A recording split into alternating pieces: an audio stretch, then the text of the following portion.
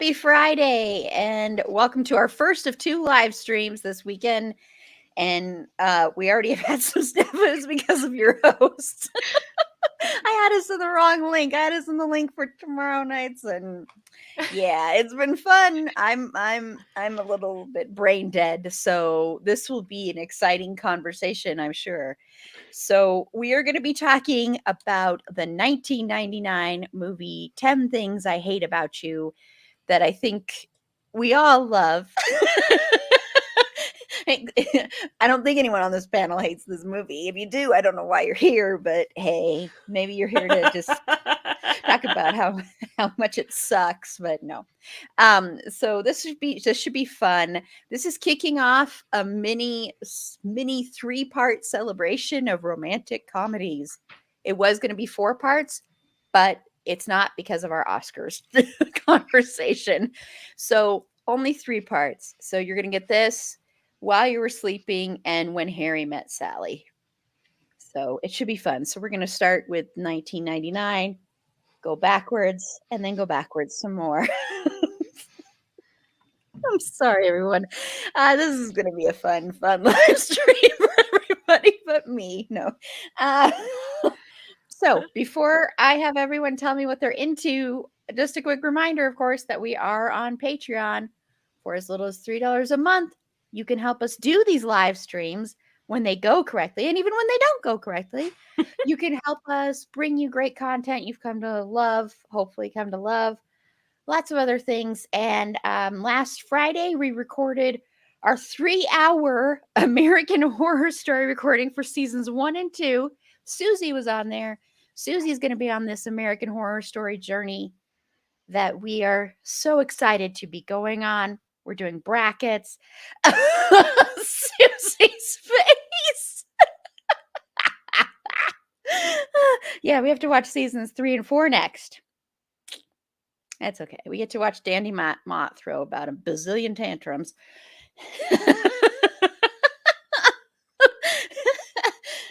Susie's part of my Finn tribe, so I can say this stuff with Susie. Okay, so I'm going to go around. Hey, Mal, it's been forever since I've seen you. I'm so glad you're able to be here. We've all missed you. Hi. So I don't know if you're able to see the bingo card up in the comments, but if not, let me know. I'll put it in there again. But hi, we're talking about 10 things I hate about you. So Meg, what are you into this week?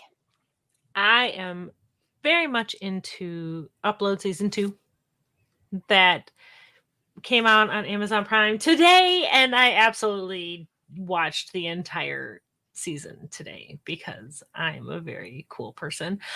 But it's so good. I love this show so much, and I'm really, really happy we have a second season, and I'm really excited to see what happens next. So awesome. Yeah, I haven't watched it yet. And you do not have to apologize, Mal, for not being on. Mal, you're okay. Mal, I'm going to DM you because we're going to talk about it because I have a lot of things to say because I'm like freaking out. Yeah, I don't know when I'm going to be able to watch it, but hopefully soon. Next year, yes. I loved season 1 so much. So, yeah. With the good Amel. Little baby Robbie. Yes, good Amel. Aww. So Paula, who just got back from vacation, she won $2 in Vegas. I did. Hey, a win is a win. Yes. She came home on top. I did. She was. I hope it's okay. I'm telling the world yeah. that you were, because you were at the. I was at the Supernatural convention, so that's pretty much what I'm into because I've been gone all week. so we've been listening to a lot of the music from the cast members, and just having because we road tripped it. So yeah, so lots of fun. So that's pretty much what I've been into is just convention and music and that kind of fun stuff. And I really need to watch Upload, by the way, because that looked so good when I heard about it, and then I completely forgot. Good. It's so cute. It's such a quick watch too. It's like it's on my list. It's on my list for really next. What next? Log off right now. Sorry, Erin. No. Oh, okay.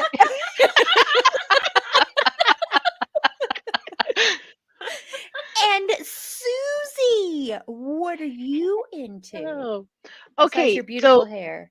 oh, Sorry. thank I love your purple hair so much. It's so pretty. oh, thank you. Listen, I don't have like money for therapy, but I do have money for hair dye, so Ah. good. I'm okay.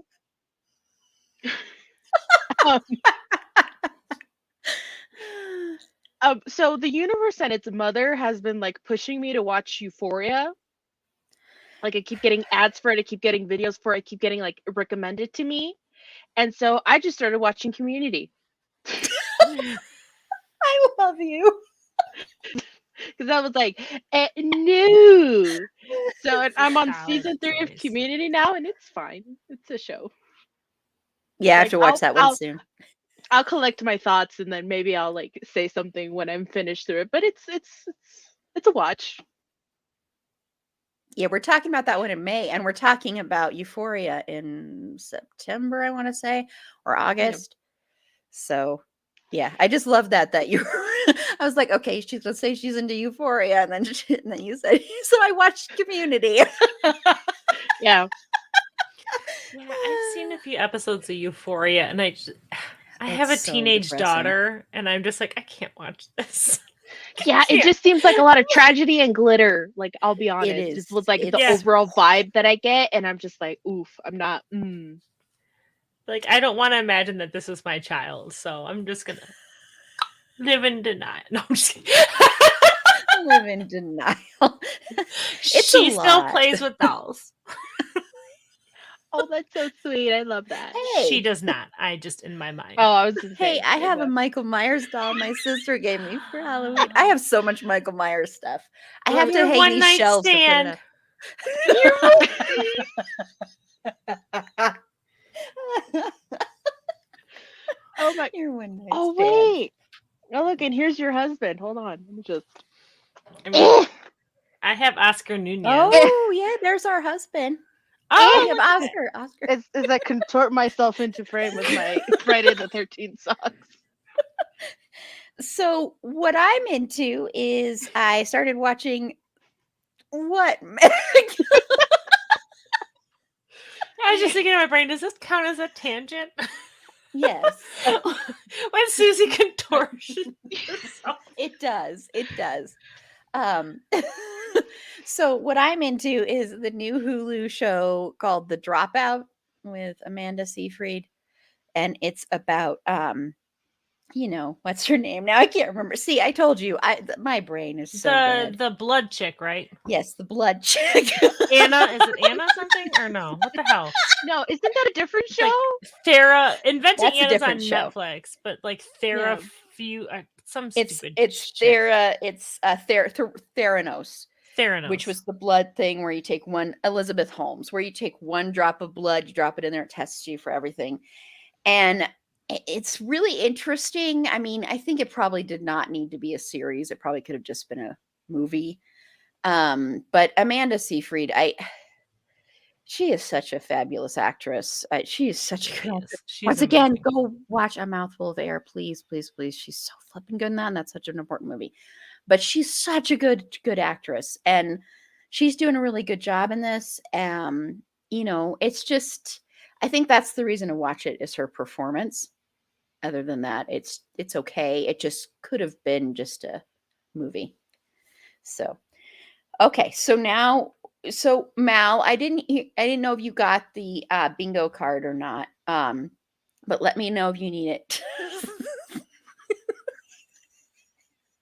I should never read these things when we're Yes, she's my number one favorite actress, Miss Amanda Seyfried, and she starred with one of my number one favorite actors. Last week was such a mess, but it was so fun.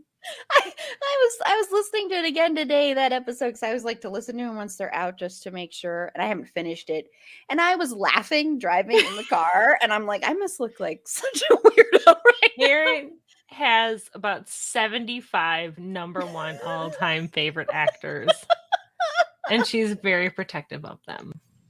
I am. Jeff Bridges is one of them. Yep. Oh, Jeff Bridges should be at the top of everybody's number one I list. agree, but I didn't know this, and we were doing like dramatic actors in comedic roles and vice versa, and we all went through our stuff. We went through all of our lists, and then we had more time, so we did extras. And I brought up The Big Lebowski because, of course. And Erin, like, threw her pen, got mad at me for taking The Big Lebowski. Threw her pen. I don't remember that. Erin, you had your chance. You picked other stuff. And then she kept taking my favorite actors. And then Christian George Bale Clooney made an is appearance. everyone's favorite actor. Christian Bale came on because he was upset Yes, he because was you have all these number one favorite actors and none of them were him. That's not Oh. true. She had to soothe him. It was a mess. Last week was a mess. It was, but it was fun. It was when I was editing it, I'm like, this is the most ridiculous episode. It became a point where we just started yelling out actors' names, like, "Ooh, I'd like to see them do this." That's why I said halfway through that episode, and I left it in the edit, that I like an hour of this is absolute bullshit.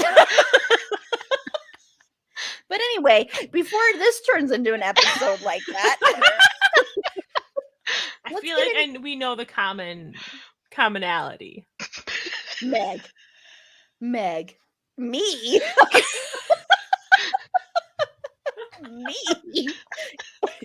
It's Paula. I was gonna say, I mean, it was my fault last time. Damn it, Paula!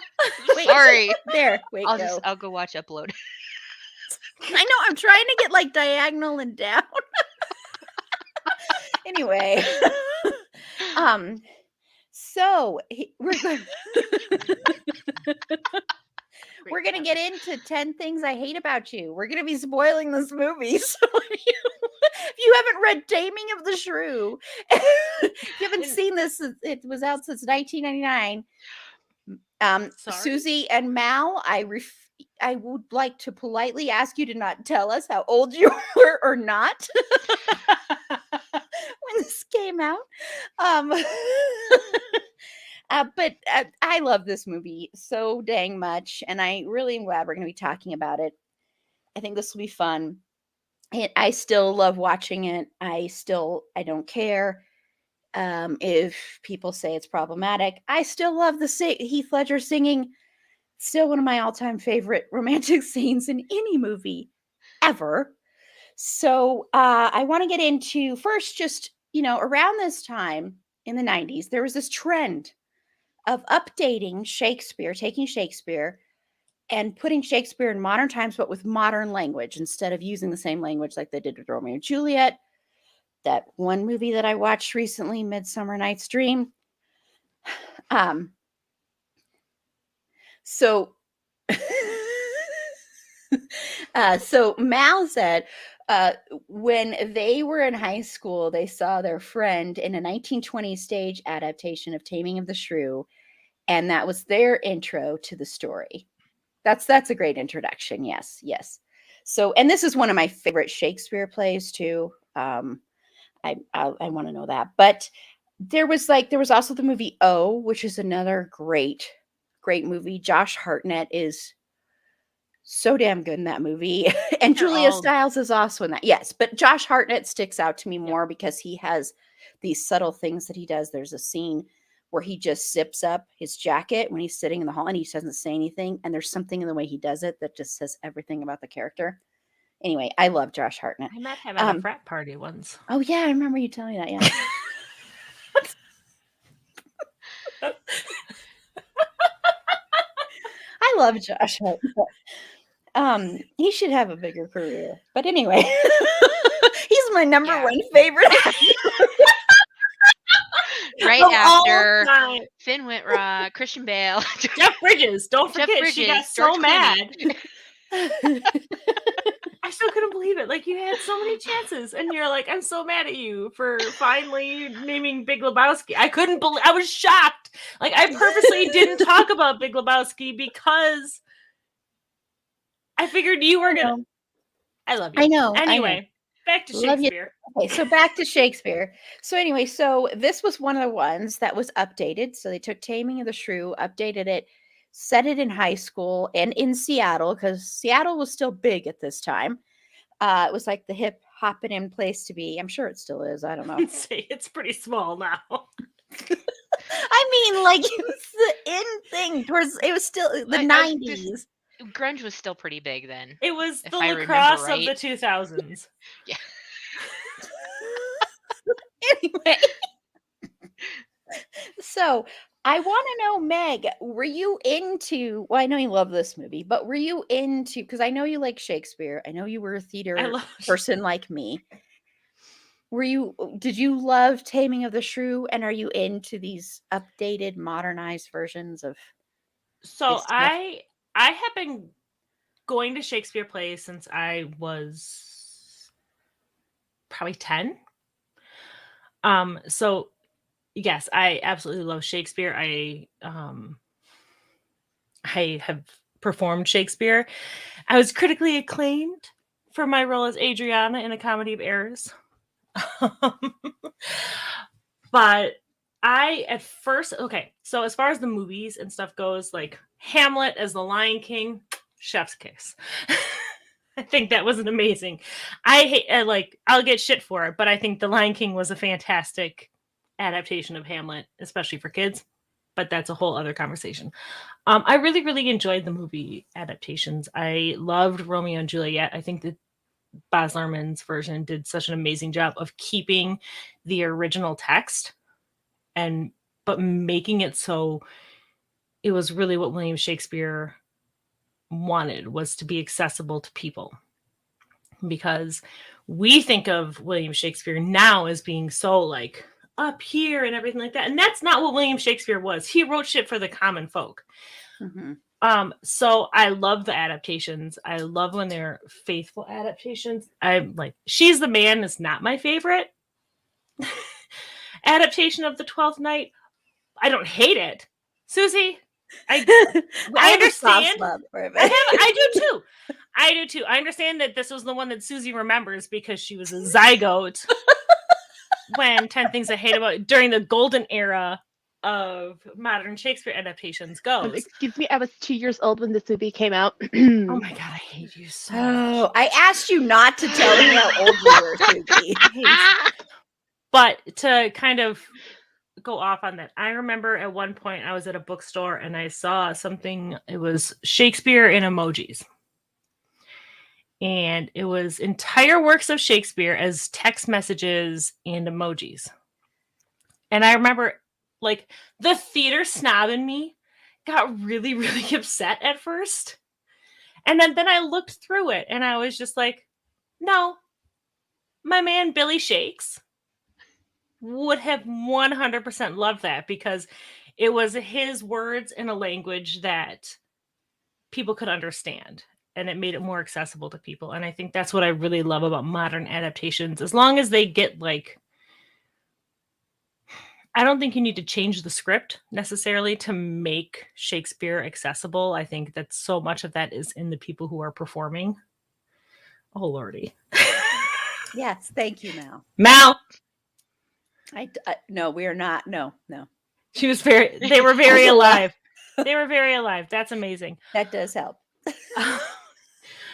But I think it's less about the language and more about the acting, if that makes sense. No, I think that's the perfect way to say it. Yeah. So, Paula, are you a Shakespeare fan? Oh yeah, absolutely. And I think the emojis version is I know, I want brilliant. I that. haven't seen it, but now I want to find it. It's Because so that's brilliant. It's That's so awesome. cool. That's awesome. Now I gotta say, I was not a fan of Baz Luhrmann's Romeo and Juliet, but I'm not really a fan of Baz Luhrmann, period. Thank you. I hate Baz Luhrmann. Thank you. Except for I- Strictly Ballroom. Both of you get out. This is my Hated. podcast now. Hated Moulin Rouge. Almost got up and walked out of the theater. That's how much I hated that movie. Anyway, So could we say it was your Galaxy Quest? For me. I left the theater at Galaxy Quest, yeah. Oh Okay, my we could say that. which is funny because I love that movie now. Okay, I have not changed my mind. But I think that them updating and adapting Shakespeare is great because the language is very hard for especially modern teenagers to in any era, even back when we were teenagers, which was not that long ago, okay? It wasn't. Um it's hard We're to basically still teenagers. Hi, Marty. yes, absolutely. Sorry. It's hard sometimes to decipher that language because we're so far removed from it. So I think the adaptations are fantastic, and this was one of my favorite movies at that time because I mean, who doesn't love Heath Ledger, and who wouldn't want them to sing to them? So yeah, exactly.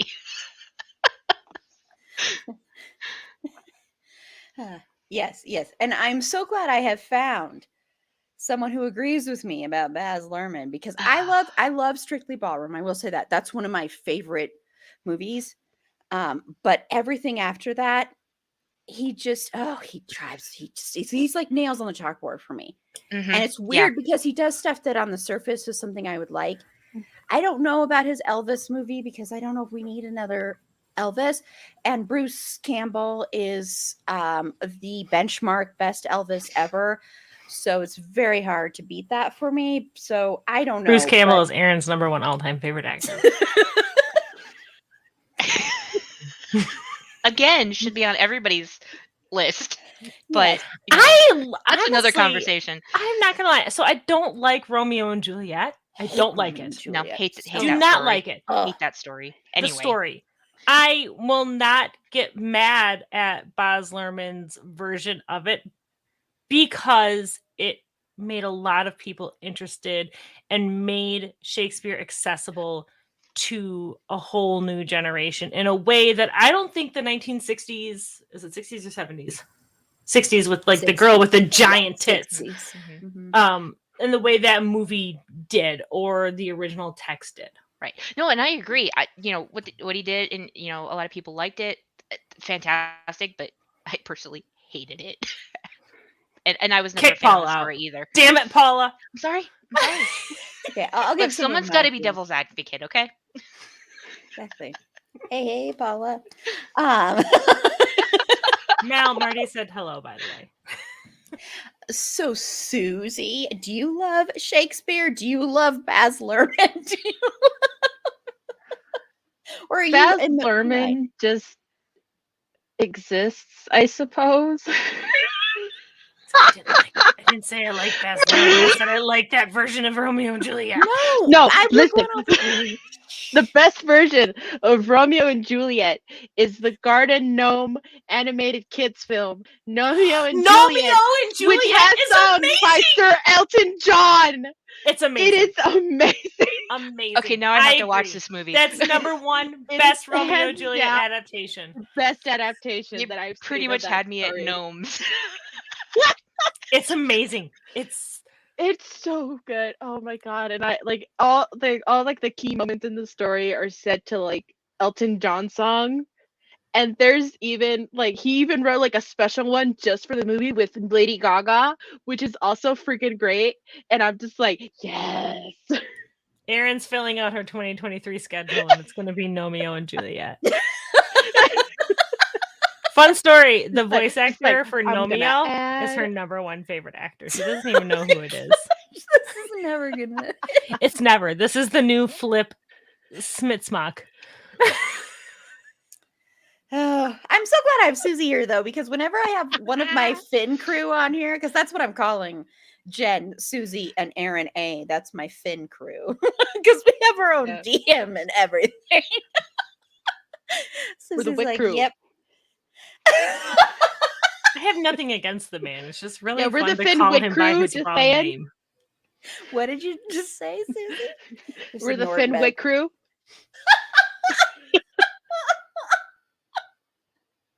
So, Susie, do you like Shakespeare? You already said the Romeo and Juliet, but how do you feel about Shakespeare overall? Do Oh, you I him? think he's fine. Listen, I just like right now, like overall throughout my history of living, my relationship with Shakespeare has been very like moderate and like, oh yes, I like the works of this fun bard. But as of late, I've developed a seething like dislike for Hamlet because I've been having to do a script analysis for it in one of my theater classes, and it's 5 acts. And listen, this is March Madness. My brain is not like, I'm going cuckoo for Cocoa Puffs. I can't do this. I can't. I'm too exhausted. Why, sir? Has there been a good And then adaptation for the Scottish found- play? I found out that there's like Ethan Hawke did a Hamlet movie where he's reciting "To Be or Not to Be" in So Blockbuster, and it is like it's the funniest thing. I I don't love know why. Hamlet. Yeah, It's like David the second- Tennant did a version. Oh my goodness, so good. Love that so man. good. I just saw Andrew Scott, look up his version of "To Be or Not to Be" of that soliloquy. Yes. He Yes. makes it like so conversational and so good. Like, oh my god, yeah. I guess to revise my answer, I do like the Bard and the things that have come out of his. Just feel not the word. Hamlet at the moment. Yeah, they're not Hamlet at the moment. We're keeping a good space of Hamlet. Maybe like after I've been separated from it for like 2 months, we'll come back to like come around to loving it. Love Lion King though. Great song, great soundtrack, great story. Yes. But I like that that different writers like modernize it for kind of like today's audience, so to speak, because it does make his works more accessible to people who don't want to read 5-act plays. Yeah. And don't want to go through all the "Thou'st doth thy mother know you weareth her drapes to the commissary?" Like, or Well, that's where I was talking about how I feel like the actors really play such a huge, like you talk about Yeah. that soliloquy, how the actors play such a huge part on whether or not Shakespeare is accessible, because I feel like a lot of the movies and a lot of the adaptations we see of people who are speaking Shakespearean or Elizabethan, they don't actually know what they're saying. Yeah, it's very dry and kind of like surface level, but then there are actors that do like They like the way that they say it and the way they act it out, they just make it seem like conversational and like, oh yeah, this is not so far removed from today's language. And Yeah. also, you are very wrong. My favorite adaptation of any of Shakespeare's work is "She's the Man." Just get out, Meg. Just get out. No. Cancel. So I Mal didn't say it was bad. Mal said, and then we're gonna have to move on soon. I have to give my thing, but we are gonna keep this at 2 hours, everybody. Yeah. Mal said that their middle name they gave themselves is literally Ophelia from Hamlet. Poor Oh, Ophelia. I love that. Yeah. And I'll just quickly say, Meg, there is a new version of the Scottish play that just recently came out, directed by one of the Coen brothers with Frances McDormand and Denzel Washington. And it's supposed to be fantastic. I'm surprised you haven't heard of this. Oh, Catherine, go away, Catherine Foreman. Vomred. I'm excited because I love that play, but they really have not adapted it at all.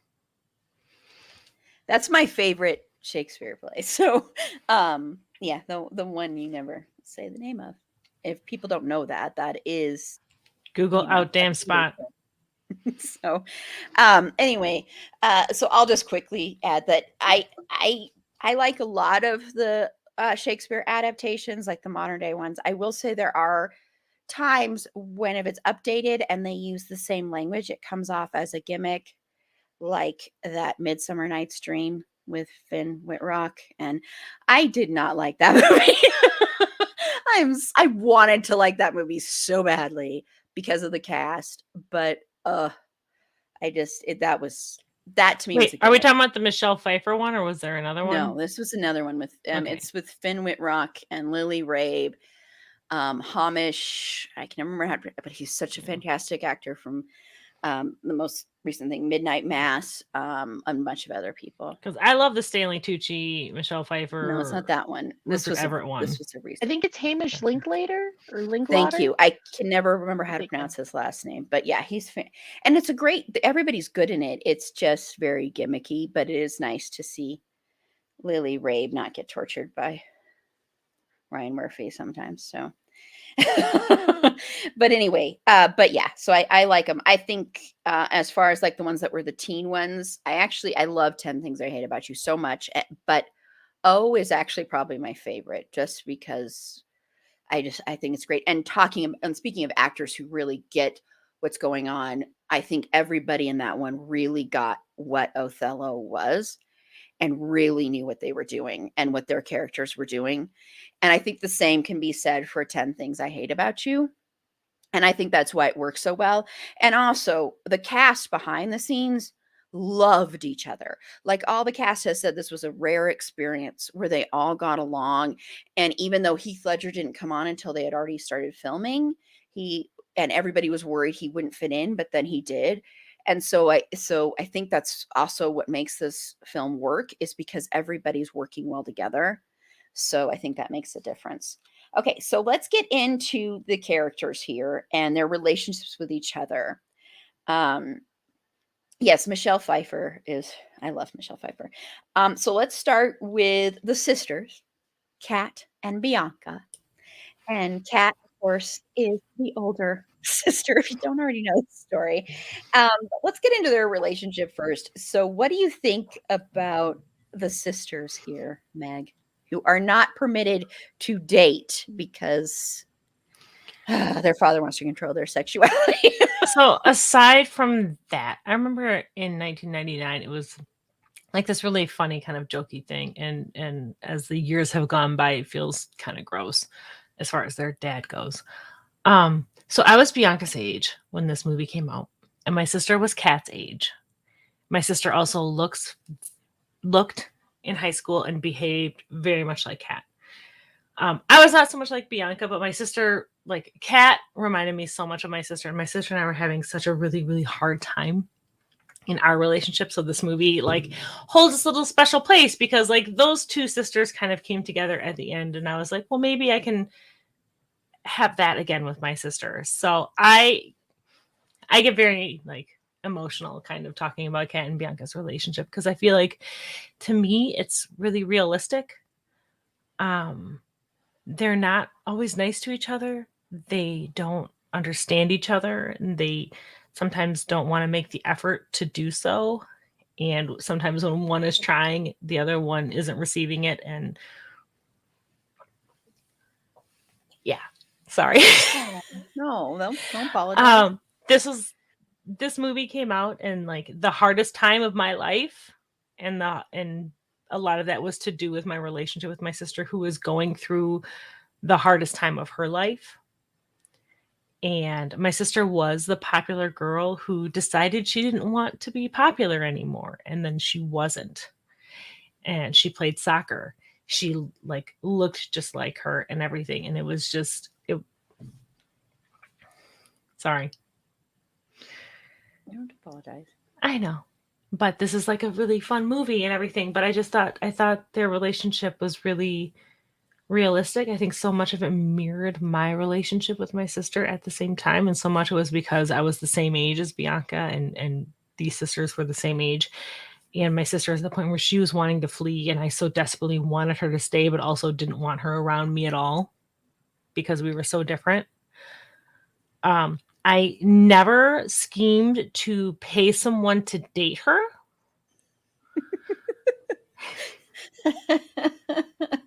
So you go that far. I didn't go that far. But I do remember my now husband, then crush, being terrified of her because my husband was around at the same time when this movie came out. We were friends at the time or whatever. That's a long story. Anyway, I love it.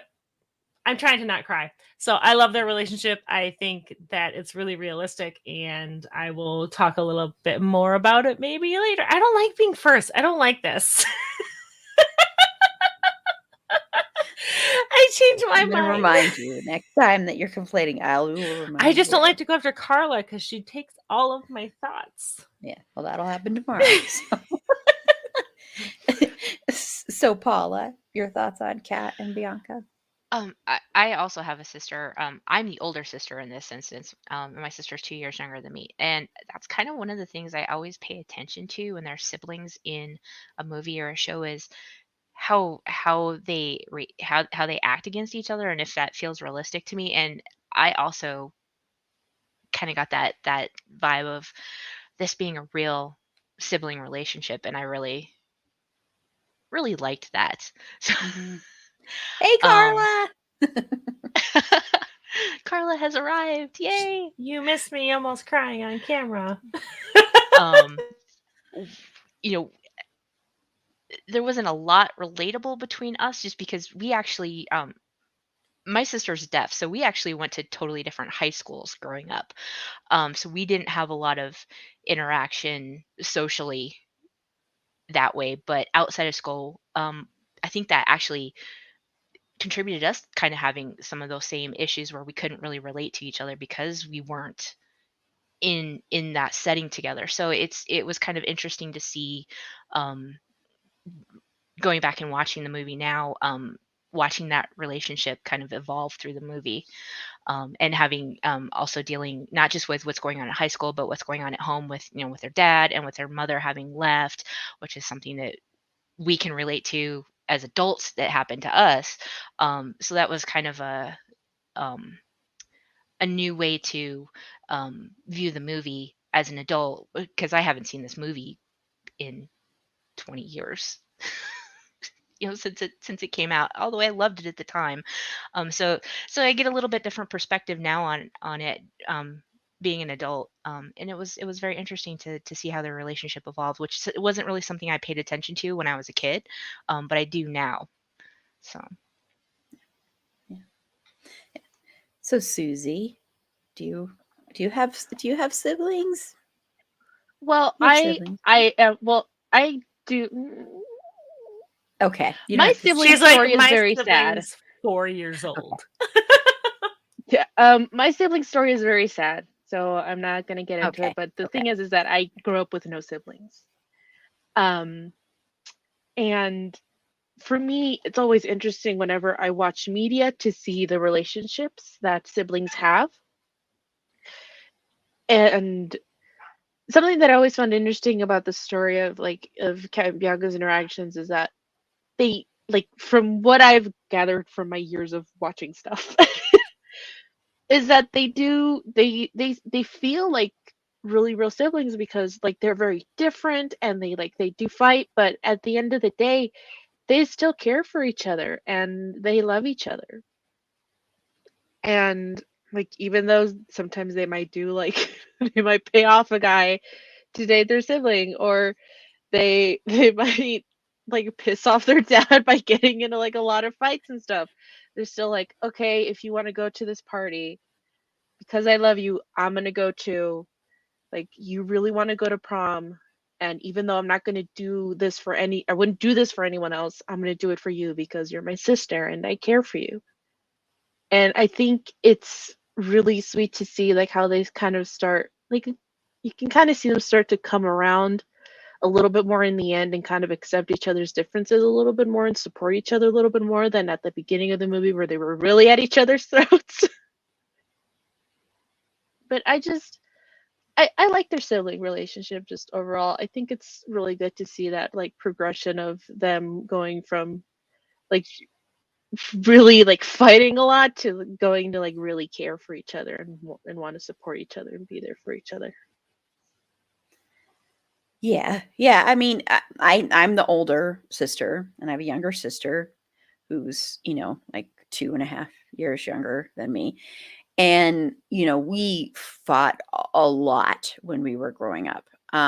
But as an older sibling, when you're an older sibling, you kind of had this feeling of wanting to care for your younger sibling no matter what. It's this natural thing where you're very protective of them. So like we could fight, but if anyone did anything to my sister, said anything bad about my sister, that was it. I would take my sister's side over the person's side all the time. hey panda. So as an older sibling, it's just kind of this natural thing where even though you might be fighting all the time, you're not getting along. It's like this instinct of like, oh, you're gonna, no, you cannot pick on my sister, and no one was ever good enough for my sister, that kind of stuff. But we did fight constantly, and you know, we kind of hung out with the same people, though. We've always kind of had the same friends, but it's kind of not. And like, we went to the same high school, but she was a couple of years younger than me. But we still kind of had some of the same friends, but some of not the same friends. So we were always in the same circles, but we still kind of fought a lot. And I would say, I mean, this movie came out, I was just out of high school pretty much when this movie came out. So I wasn't in high school at the time of this movie. But I do think this was a very, very, very realistic portrayal of a sister relationship, because even though Bianca, I think, is very much like, I want to be able to have fun in high school. And this is what high school is for me right now, is I want to be able to have fun. I want to date. I have this crush on this asshole guy, but I want to date him, which is very, that's very high school anyway. And feeling like because of her sister, even though it's really her dad, but because of her sister, she can't do this, and wanting to have that freedom and feeling like she's being pulled down by that. And there's this secret, there, which that she didn't know about her sister, and then finding that stuff out.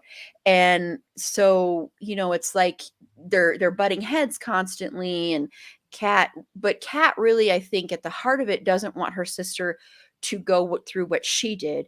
So that's why she's trying to do that, when I think what she ends up learning in the end is that her sister isn't her, and she can't control what happens to her sister, and she has to give her sister a little bit of freedom.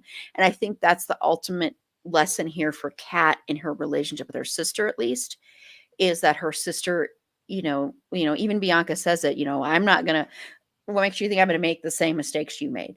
What makes you think I'm going to do the same thing you did? Yeah. So it's like that kind of thing. It's the letting go. So, Well, but sorry, go ahead.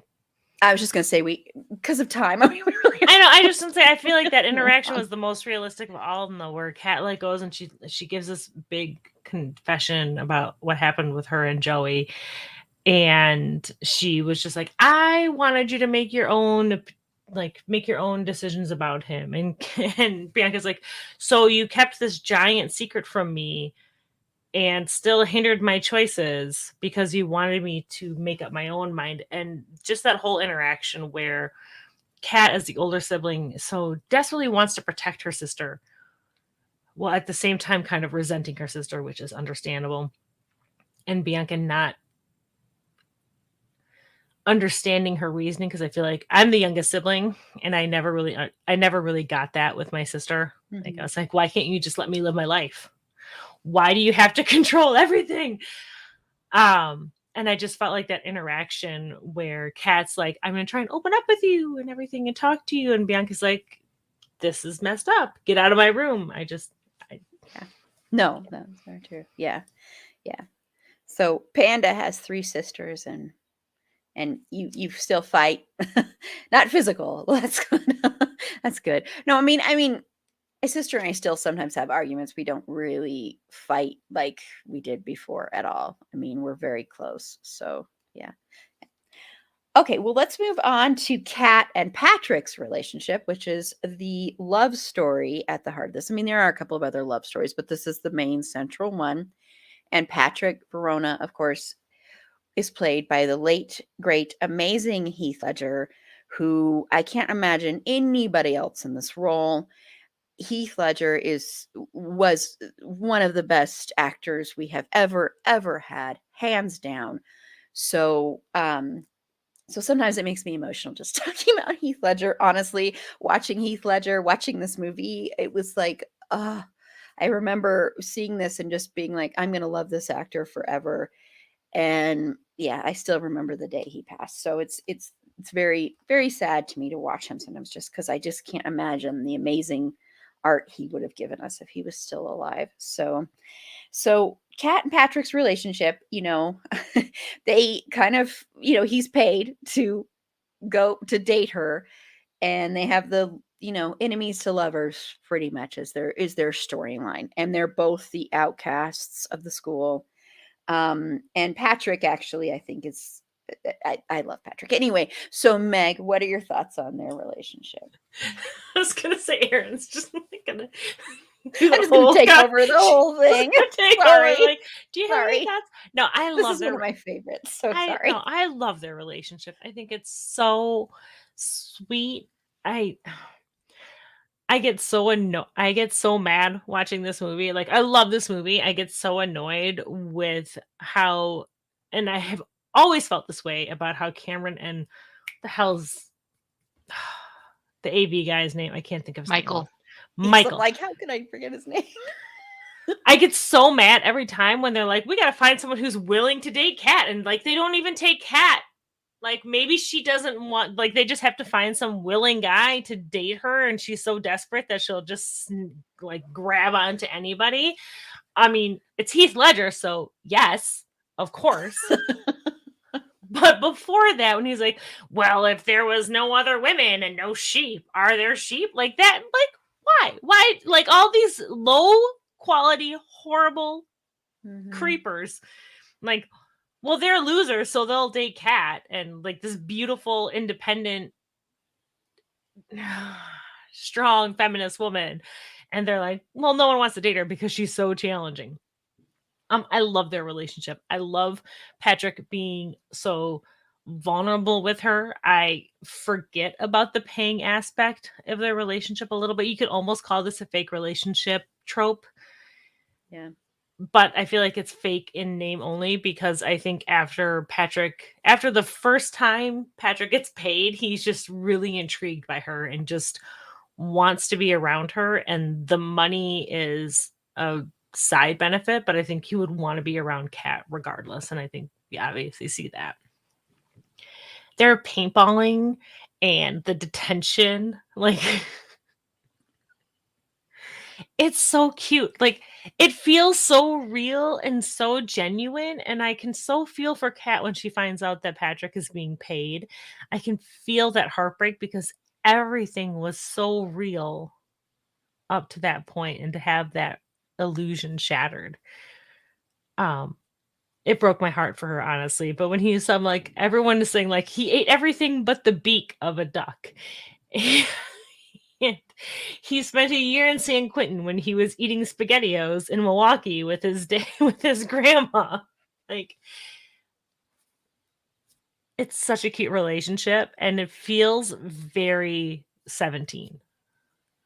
Like, it, I don't know, a way to say that it doesn't sound patronizing, but it feels like a very 17-year-old relationship where they think they're very grown up, and they're not. Because 17-year-olds aren't. I feel like 25-year-olds are barely there at this point. I feel like I'm barely grown up and I have 2 children. But it's just, it's really sweet. And I feel like Julia Stiles and Heath Ledger had such great chemistry. I believed the heartbreak when Kat found out that Patrick was being paid. It was very weird to see smoking so prevalent in a movie again. That's true. But like when they're in this middle of this argument and he takes out a cigarette and she takes it and throws it, I'm just like, oh my God. I love them. Like, I tried to be mad at Patrick for taking money to take her out, but I just couldn't. I couldn't do it. Like, I know there's problematic shit in this movie, but I don't care because I love it. Mhm. Because the play is problematic if you're going to look at it that way. Yeah. So Paula. I love it too. Like you said, it is really very cute and sweet and adorable. Um, and I think it turned very quickly for Patrick. Yes, initially it was a payoff, but like you said, as soon as he started with that relationship, it immediately turned, and he came across very caring and interested in her genuinely.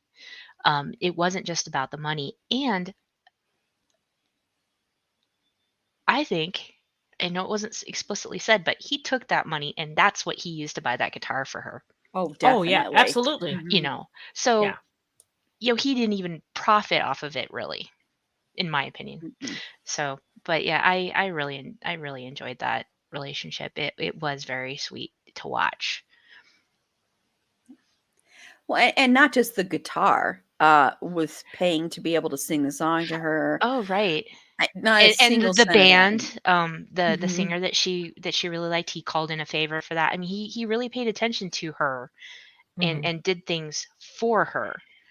Mhm. Yeah. I didn't Yeah. talk about the song because I thought it was a whole It is, it is. I was just saying the Yeah, yeah, money yeah. wise. I was just saying the money wise that it was, like, all spent on just her. Yeah. Yeah. Yeah, it was all spent on her. So, Mhm. as much as that wasn't a great thing that he did, he still turned it around and used it for her. So, we can still forgive him, I guess. He's Heath Ledger. We can forgive Exactly. him. He gets a pass. Yes. So, Susie. Oh, I love their relationship. It is so sweet, and it is very of like very teenagery, like when you think it's anything and everything in the world to you, and I like from the beginning you can kind of tell that he's just like taking the piss and like, oh yeah, I'm gonna date this girl for like $75 and we'll see what happens. But then when you see that the more he gets to know, like the more he starts learning about her and all her likes and dislikes, and the more time he spends hanging out with her and talking with her, you can see how like real it's becoming to him, and he opens up to her, like they open up to each other and they're very vulnerable. They exchange like I think one of my favorite scenes of them together is when they're exchanging like the rumors that people say about them. Mhm. And he's like, oh, how about Bobby and his balls? And she's like, oh yeah, that's true, but he was trying to grope me. And he's like, how about you in the porn career? It's like- and he does like the final thing of like even opening up to her at the dance, and he also does so many things for her. Like he asked the band to perform at their prom, which was like a really big thing. And he even says he gets her the guitar because he's like, oh, I had some extra money lying around, so it's whatever. But you want, and he remembered when she told him that she was drunk, she was like, this is what I should do, write music. And he like filed that away. And even at the end when he gets her the guitar, he's like, you should have this for when you start your band. Like she, by all aspects, might not have remembered that conversation, but he did, and he held on to that information because he knew that it was something that like even if she was like drunk, it was something important to her. And even when she was wasted, he didn't take advantage of her. Mhm. He tried to keep her conscious with her concussion, try to help her out, and even like took her home and was like very respectful and everything. And it's like, oh, this man. It's Like, a low yes, it bar, was but it's not. an important It's one. a low bar, but it's an Very important one. important. I'll be Very damned. important. But like they're just their relationship is like, even if it did get started under very like not, oh geez, good reasons, like they do, you can see that they do care for each other, and it does hurt them when like she gets mad at him and he has to confess that he has, and they're separated, and you can see the effect that it has on them both. And I think it's really sweet how like these two armadillos just turn into beautiful butterflies. Yeah. I've never heard the Like, armadillo thing, but that's well, amazing.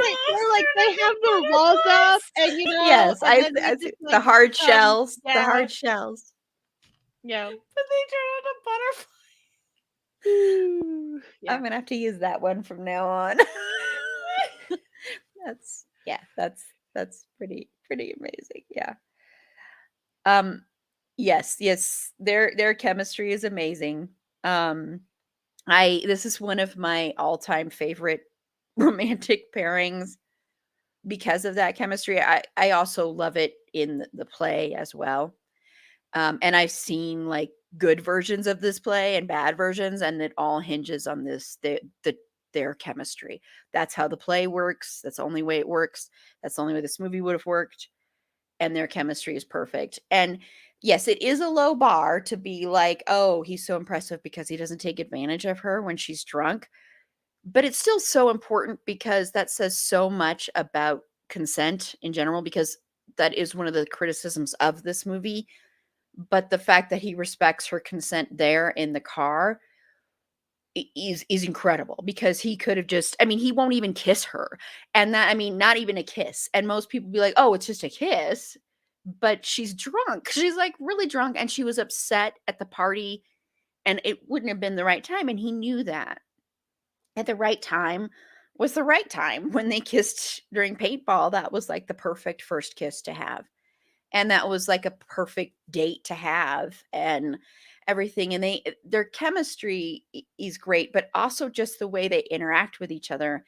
And they both have, they're both armadillos, as Susie said, but they both do have those walls up in different ways and for different reasons, probably. And they're both thought of as like these, like, quote unquote freaks in the school.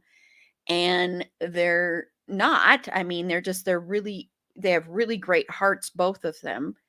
And I think what you learn the most about Patrick is, Patrick is supposed to be this scary guy who's dangerous, and he smokes and all this stuff, but he's not at all. He is just the sweetest of sweets guys, really. I mean, he's just, some of the lines he has in here, like when he tells Cameron, you're twice the man that Joey is. Do you really love this girl? Is it really worth it? If you really like her, then it is. And don't let anybody ever tell you, that you can't be what you want to be, that you aren't, that, I'm not phrasing it exactly right, but you know what I'm saying. So that's a great scene. And also, I think another reason that Patrick instantly likes Kat is not afraid of him. Ever. There's not a single second where she's intimidated by him. And I think that intrigues him. It intrigues him that she is not impressed with Joey. And I think a big reason Patrick actually does this isn't just because of the money and because I'll get to go out with a girl, whatever. I think he does it because he hates Joey, and he hates what Joey stands for. And so to him, it's like taking money away from a douchebag. And it's not right what he did. But I think in some ways it's easier to forgive him because of the fact that he doesn't go out and spend all this money, and he actually likes her and cares for her. And, he is attracted to her, not just because she's beautiful, but because of who she is on the inside. And they both are vulnerable with each other. And I think that's why it hurts Kat so much, because she was so vulnerable with him. And it was the first time she had been vulnerable since Joey.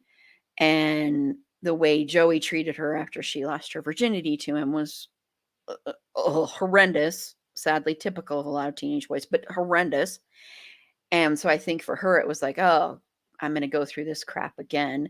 And also to know that it wasn't just him that did this, it was her sister too. So double betrayal.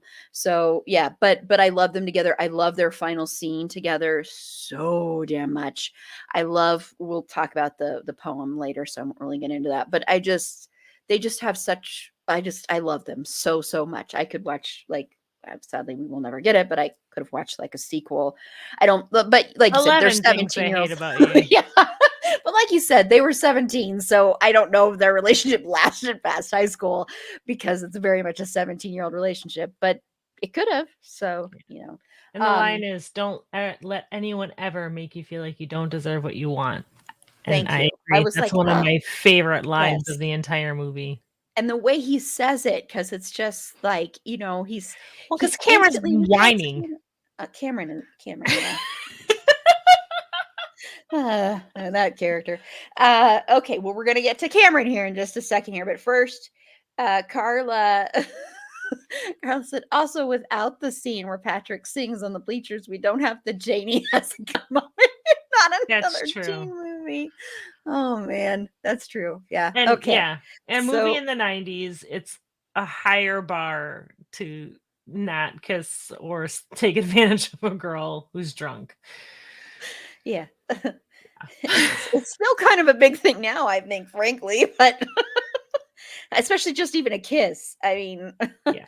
Okay, so let's move on to the other romantic relationship in this. Cameron, played by JGL, Joseph Gordon-Levitt, who really didn't want to do this movie, he said, but then he ended up loving it. But and Bianca, of course, likes Joey, even though she slowly realizes what a piece of crap Joey is and how shallow he is, and gets bored.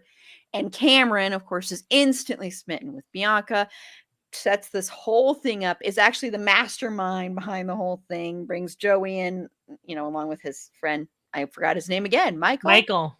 Thank you. He's forgettable. No. So your thoughts on this relationship?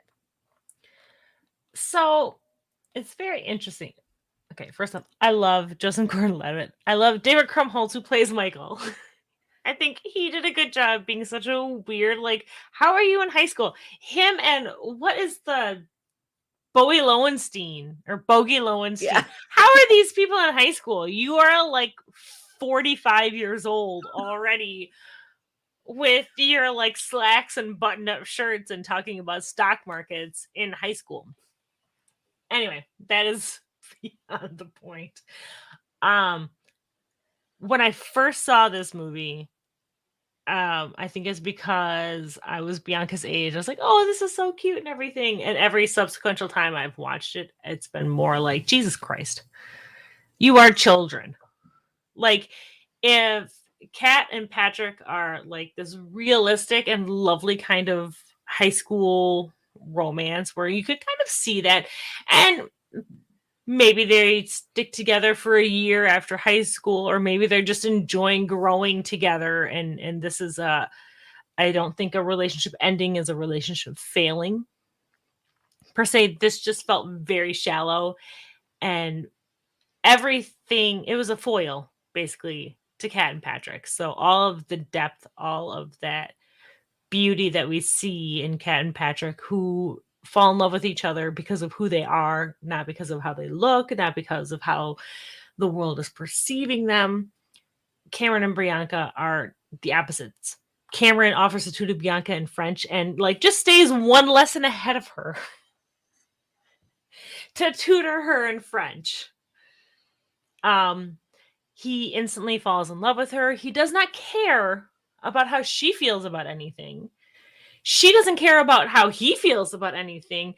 It just feels like these are two attractive people who are going to wind up being together. And once she realizes that Joey's a narcissistic piece of shit, she decides, well, I may as well go hang out with Cameron. He'll give me a ride home from this party. And then I may as well kiss Cameron because he gave me a ride home from the party. And then even they use each other in this really weird way, and Cameron uses Kat, uses Patrick, it's all icky. Their relationship, it just feels a little icky to me because both of them are lying to each other and to themselves about what's going on, and it's just the superficiality of it is just, it's not it for me. I will take Michael and what is her friend's name? The one in a relationship, Mandela. I will take Michael and Mandela's little freaky Shakespeare love fest over Cameron and Bianca any day. But they go sailing, so I guess there's that. And there's no consequences whatsoever to what they do to Kat. That's true. None. Patrick gets this shit, and then they're like, well, we didn't have anything to do with it. We're going to go on a boat to invite your sister sailing with you after you, humiliated her is asking to drown. I'm sorry. No, that's asking her to kill your new boyfriend because he orchestrated the whole Come on a boat with me and my boyfriend who humiliated you by paying someone to go out with you. But yeah, let's go on open to get water. To me. She's like, yeah, oh, sure. She's like, come here, Cameron. Her and her beer flavored nipples. We can't forget that. Patrick said it, not me. I'm quoting the movie, Aaron. You can't get mad at me. No, I know Patrick said it. It's one of my favorite lines, honestly. Number one all-time favorite line of any movie ever. I'd forgotten that was a line, and honestly, I'm gonna use that from now on. He's like, "What's this shit It's one got of the beer flavor?" best. Yeah. My dad, by the way, loves this movie. Yeah, My I boomer think my dad. mom loves this movie too. Yeah, Yeah, I think my mhm. mom loves this movie too. so, so Paula, do you have better thoughts about this? No, Not better, but warmer is what I meant to And say. so I I'm so think- cranky about them. No, I think Meg and I agree about this one. It was a very manipulative relationship. And let me preface this by saying I am not a fan of like the love triangle trope anyway. But yeah, it was a very manipulative on both sides. They're both just trying to get what they want and use the other person. And it was very icky, as Meg said. But um I feel like there was some, character growth at the end there a little bit, as much as they could, because they're teenagers, they're still learning things, but yeah, I was not a fan of that whole thing. And Michael and what was the other gal's name? That was Shakespeare gal. That was Hopefully, I already forgotten. I know, Mandela. Mandela. We keep forgetting these I know. names. I've seen this I- movie like, I don't know, I- like 20, 30 times. I literally just finished watching it before we did this. But that was a very cute little side romance going on there. I thought that was adorable. I agree. So the beer flavored nipples, is that your most quoted line from this movie, Mal? And yes, Joey was an asshole. So Susie, your thoughts? Yeah, you know how like with Patrick and Kat, you just get overwhelmed with like all these like nice, warm, fuzzy feelings. When you get to Cameron and Bianca, you're just whelmed. It's just, it is what it is. It's very like I know you can be "Mm." overwhelmed, and I know you can be underwhelmed, but are you ever just whelmed? And I I remember think watching this you're with my dad, and my dad was like, "You're You're- always just whelmed." Yeah, it's just yeah. I just it's very like they kiss like two pieces of white bread. I'll tell you that. It's just very like Like sister and yeah. brother. Sorry. like it's just no, like this is like that is like I can see like Kat and Patrick maybe making it like through college possibly, but those two like end up like what year are they in, sophomore? If they get to junior year, they're just going to be separated. It's going to be like, oh hi, just waving to each other in the hallways. Like I don't see that relationship going much farther than sophomore year. They're going to go out on the boat a couple of times, take a Well, spin around the harbor, and then it's gonna be like, Cameron- okay, we had a great time. See you later. Cameron is a junior or a senior because he goes to prom. Oh And yeah, because she's a Bianca and Cassidy, who Gabrielle Union, yeah, he's got a real baby face. I'm thinking junior possibly, got, but yeah, I don't think that relationship is making it like but Gabrielle not longer Union than was a year. amazing. Yeah. Yeah, it's just yeah, like Michael and Mandela's relationship is a lot more intriguing. Just so like he got her a dress for prom. How Honestly, sweet is that? they Also already kind of had weird 'cause how bedroom did he know antics. her measurements? How did he know her I size? feel like Michael's the kind of guy who would know. Just like Like he does research.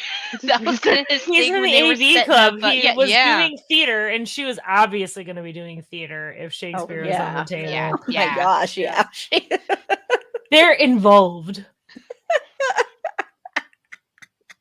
But yeah, it's just Yes, Larissa. Yeah.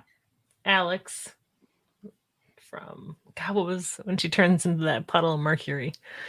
I never watched 30 Rock from the Sun. I saw a few episodes of it. So let's say you think so Carla gave Cameron a lot more slack than is warranted because of that. Same. Yeah, well, see, okay. I won't go so far as to say what I said on our when we talked about The Dark Knight, and I talked about how much I hated Joseph Gordon-Levitt in this movie, in The Dark Knight Rises, and how much I hate Robin. Which it's not his fault because I do actually really like Joseph Gordon-Levitt. I think he's a great actor. I don't like him in this movie. because of his character. It's not him, it's his character. His character is like, my podcast brain. Stay, Jen. Sorry, hi. Anyway, so but he's just so bland and boring, and he's just not. He is like white bread, and he thinks he's such a good guy. This is what's annoying about him, is he thinks he's like the best guy in the world, and he's so good, and he has no faults and problems, and he never ever once ever in this movie feels guilt or shame for what he did. He never does, and that's so annoying to me, because it's like, he's like a quote unquote nice guy, and a lot of those quote unquote nice guys are actually assholes sometimes. And so it's like, that's what's annoying about him, is there's not a single moment where it's like, oh, I'm gonna come here and make amends for what I've done. And there are deleted scenes from this movie. There is a deleted scene with Kat and Bianca where Kat, yells and screams at Bianca in the hallway at the school. And so there are scenes that weren't in it that probably make that inviting her on a sailboat scene probably work a little bit better, but they got cut. So yeah. Oh, Carla had cleared from her mind the JGL slander. Sorry, I brought it up again. I like him. I just do not like him in certain things. He's her number one all-time favorite actor. Adult Cameron is in the incel movement. He is, though, a nice guy, because Yes, it very he much is. seems like he's putting nice tokens into Bianca, and Oh, and yeah. helps to, Yeah. and Like so in any movie, you can see him turning underhanded. into Hal from Megamind. You ever seen that? No. Yeah. He's like, do you guys not watch Megamind? No. No. The blasphemy. But yeah, he's totally just he's just bland white bread. And when I first saw this movie, it was just kind of like, they're kind of annoying, and they're young and boring. You've never really cared for this movie. Oh no, your podcast brain twin. You have Fractures. broken my heart. Fractures. Yeah, fractures in our relationship, Jen. Now you're fraternal. No, I will always love you. Anyway, so yeah, they're bland and boring and not my cup of tea. So but Jen, do you at least love Heath Ledger? Because if you say you didn't love Heath Ledger, then I don't know where I will go from there. So let's move on to Joey, the scumbag. I just briefly, how we can discuss Joey is everybody can go around and use a couple of words of how much they hate Joey. This is the worst Joey I'm going to talk about this weekend.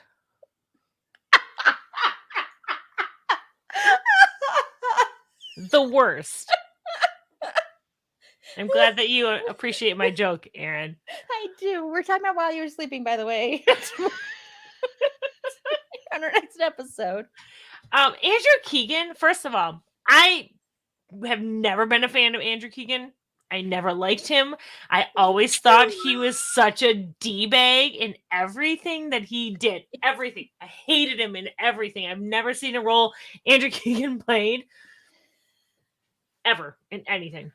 I hated him so much in this.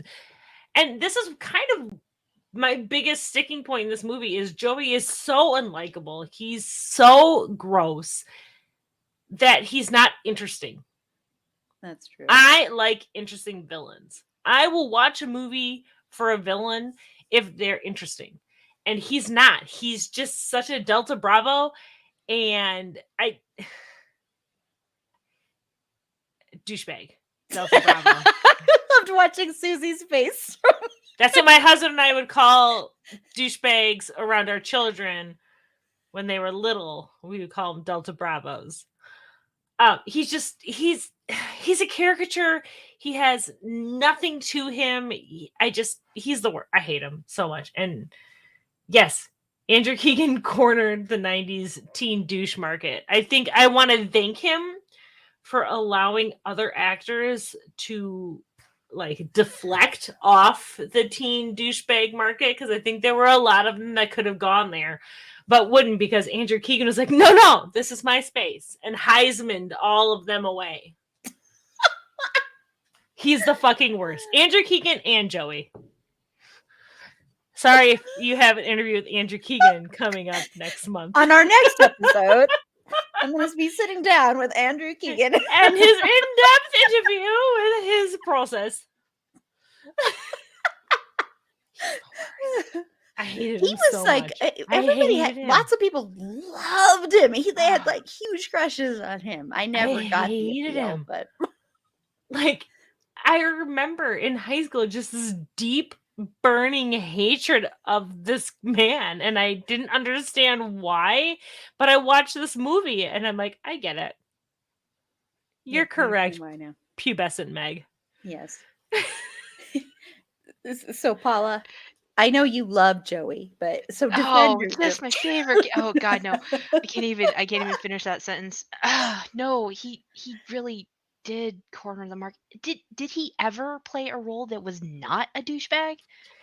I don't think he He did. was in Independence Day, but I feel like he was kind of a douche in Independence Day. Yeah, I just really look. He was like aging myself. He was in like every teen mag back in the day, and I was like, I don't get it. Do not get it, because Carl. every role I saw him in was the same character, and he gives Joey's a bad name. Okay. I can't wait to talk about it. He was a douchebag in Independence Day too. He was, right? He was. Right? The one that's was. making out with like the pilot's daughter.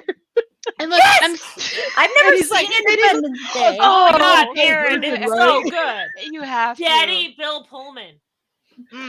So funny. good. Someday I'll So see good. it. Although But- Daddy Bill and- Pullman, he's younger than me now, I think, in that movie. Oh, that hurts. Daddy Bill. That hurts.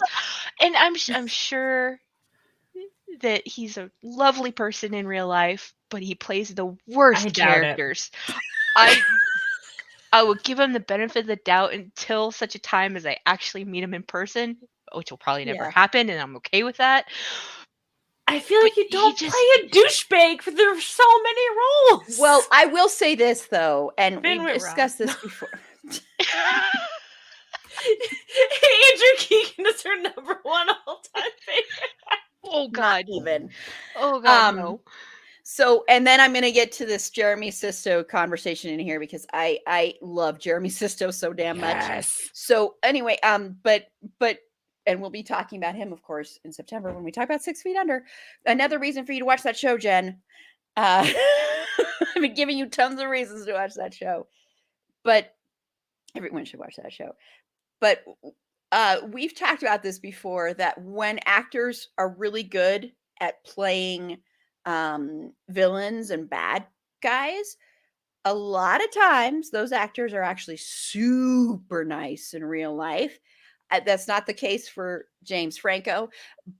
That has I been don't mentioned in believe the, but so I'm just saying that I don't know anything about Andrew Keegan in real life, but he Me never either, appealed but to I don't me. believe it. No, and all the stuff that was in teen magazines, that stuff, all stuff's all made up anyway, so you can't believe any of that. So I don't know. Like I never said, he read could be a very lovely person. I don't know, but he always played the worst characters. Yeah, The way yeah, he he's looks just in the a- camera for pictures just makes me not trust him. Yeah. Mhm. And just Yeah, He There even were too photographs many douchebag. there were too many teen beat magazines. He is like a 40-year-old man and still has this happening, and I feel like I can't trust that. yeah. Well, and briefly, just really briefly before I get to you, Susie, I just want to talk about the Jeremy Sisto thing because Jeremy Sisto is in the comments right now. He could Jeremy get it. Sisto isn't there. He could get it. at it. Jeremy, you could get it. I love Jeremy Sisto so much. And I have a little social media thing to say really quickly. I think he was kind of like Tay Diggs for a while there. He followed everybody who followed him.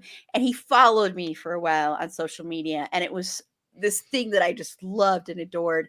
And then he unfollowed me one day, and I still don't know why. I think he was probably just clearing out his follow list, but it still breaks my heart because I love him so damn much.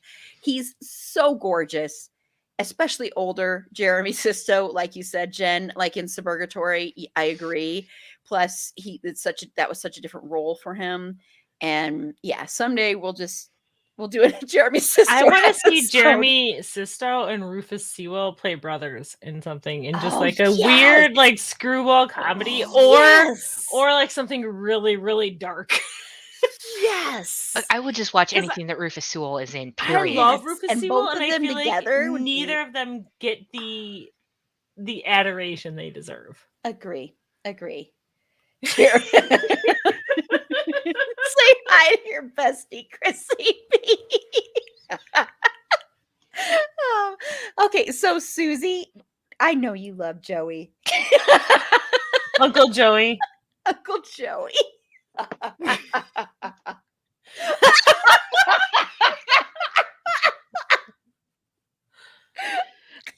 So I take that I, as ju- I was confirmation. like looking at his Wikipedia of stuff that he's done to see if maybe he's a nice guy anywhere, and just this caught my eye.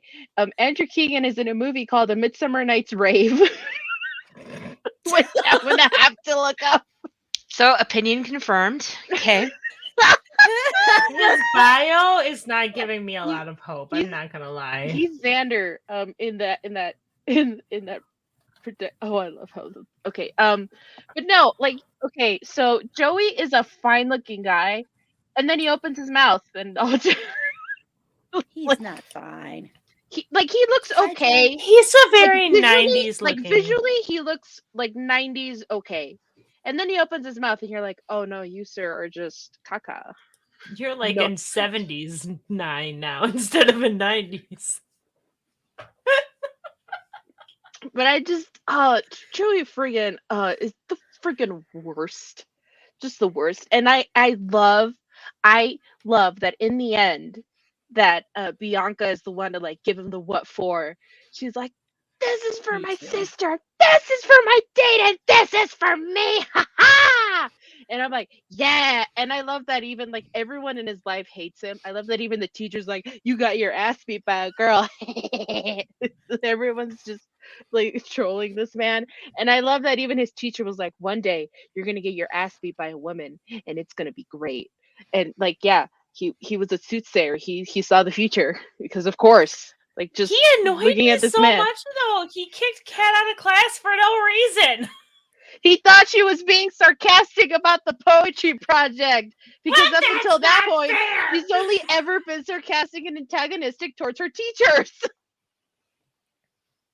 She was really looking forward to the assignment. She can't Yeah, wait. she was really She just excited wanted to for know it. if it should be an iambic pentameter. And I know you're already gone, Jen, but I blew you kisses. But love you so much. Yeah, but no, just why did just no? I don't like Joey. Just, Yeah. I hope his pillow Yeah, is I don't- always warm.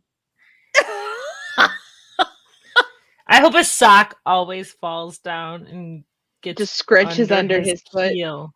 as he's walking. Oh, I Yeah. hate that. Is Yeah. like one of the worst feelings in the world. Yeah. That's a good Mhm. thing I wish for him. Yeah. I'm not gonna add anything else because I'll just say Joey is a scumbag. Hate him. Don't even think he's attractive. He's not even attractive. Period. I don't find the actor attractive, so but yeah, screw you, Joey. Just this Joey. I love a lot of other Joeys. Just this Joey. I'm gonna take that and cut it into all of your friends' episodes. I love that, Joey. Screw you, Joey. I'm Just not make even a attracted to the compilation actor. with like different images of Joey and just have that being said for each one. Screw you, Joey. Okay, well, I want to get to the singing number in here. I pulled this out as a special moment to talk about. There's two of them we're going to talk about. And I wanted to talk about this because This is a scene that has been parodied. God, I cannot speak. Just like, like Carla said before, that was parodied in Not Another Teen Movie. It's also been brought up for years and years afterwards. And now a lot of people find this scene problematic because Patrick, he's doing this as a way to embarrass himself, to get himself back into the good graces of Kat after she got drunk and he refused to kiss her because she was drunk. And so she felt humiliated and wouldn't talk to him. So he does this as a form of humiliating himself. But a lot of people find problematic elements in this because they say it's actually humiliating her and putting her on the spot. Frankly, I don't give a crap about that. I love this damn scene so damn much. This is one of the best scenes ever in a romantic comedy, period. And the way Heath Ledger does this is perfection. I could watch this scene on repeat. I have watched it on repeat. I remember driving down the highway once when we had drive-ins and this was playing on the drive-in, and I happened to drive down right when that scene was playing. And I was like, oh my gosh, can I pull off and watch this scene? Just this one. So I don't care what people say. I love this scene. Meg? Tony Bennett, You your number agree? one all-time favorite singer. So what I'm going to say might irritate people. I think a lot of people look for problems and shit that don't need to have them. There is plenty of stuff in this movie to have feelings about problematic shit. There's plenty in this. I've rewatched it and thought, oh God, this movie is kind of problematic. I still love it, but there's stuff. This scene I don't feel like is one of them. There is such a thing, and I'm sorry, in the 90s, especially early 2000s, the grand romantic gesture. And it was never anything more than that. It was not to put pressure on her, to like force her to accept his apology or anything like that. Because you don't see her accept his apology there in the moment on the spot. It's not like he's proposing to her at a wedding or anything like that. And some of that, he is trying to even the score between the two of them. And it's beautiful and it's romantic. And I love it so much. I don't think it's problematic. I think people who are saying, frankly, people who are saying that this scene specifically is problematic need to read deeper into this movie.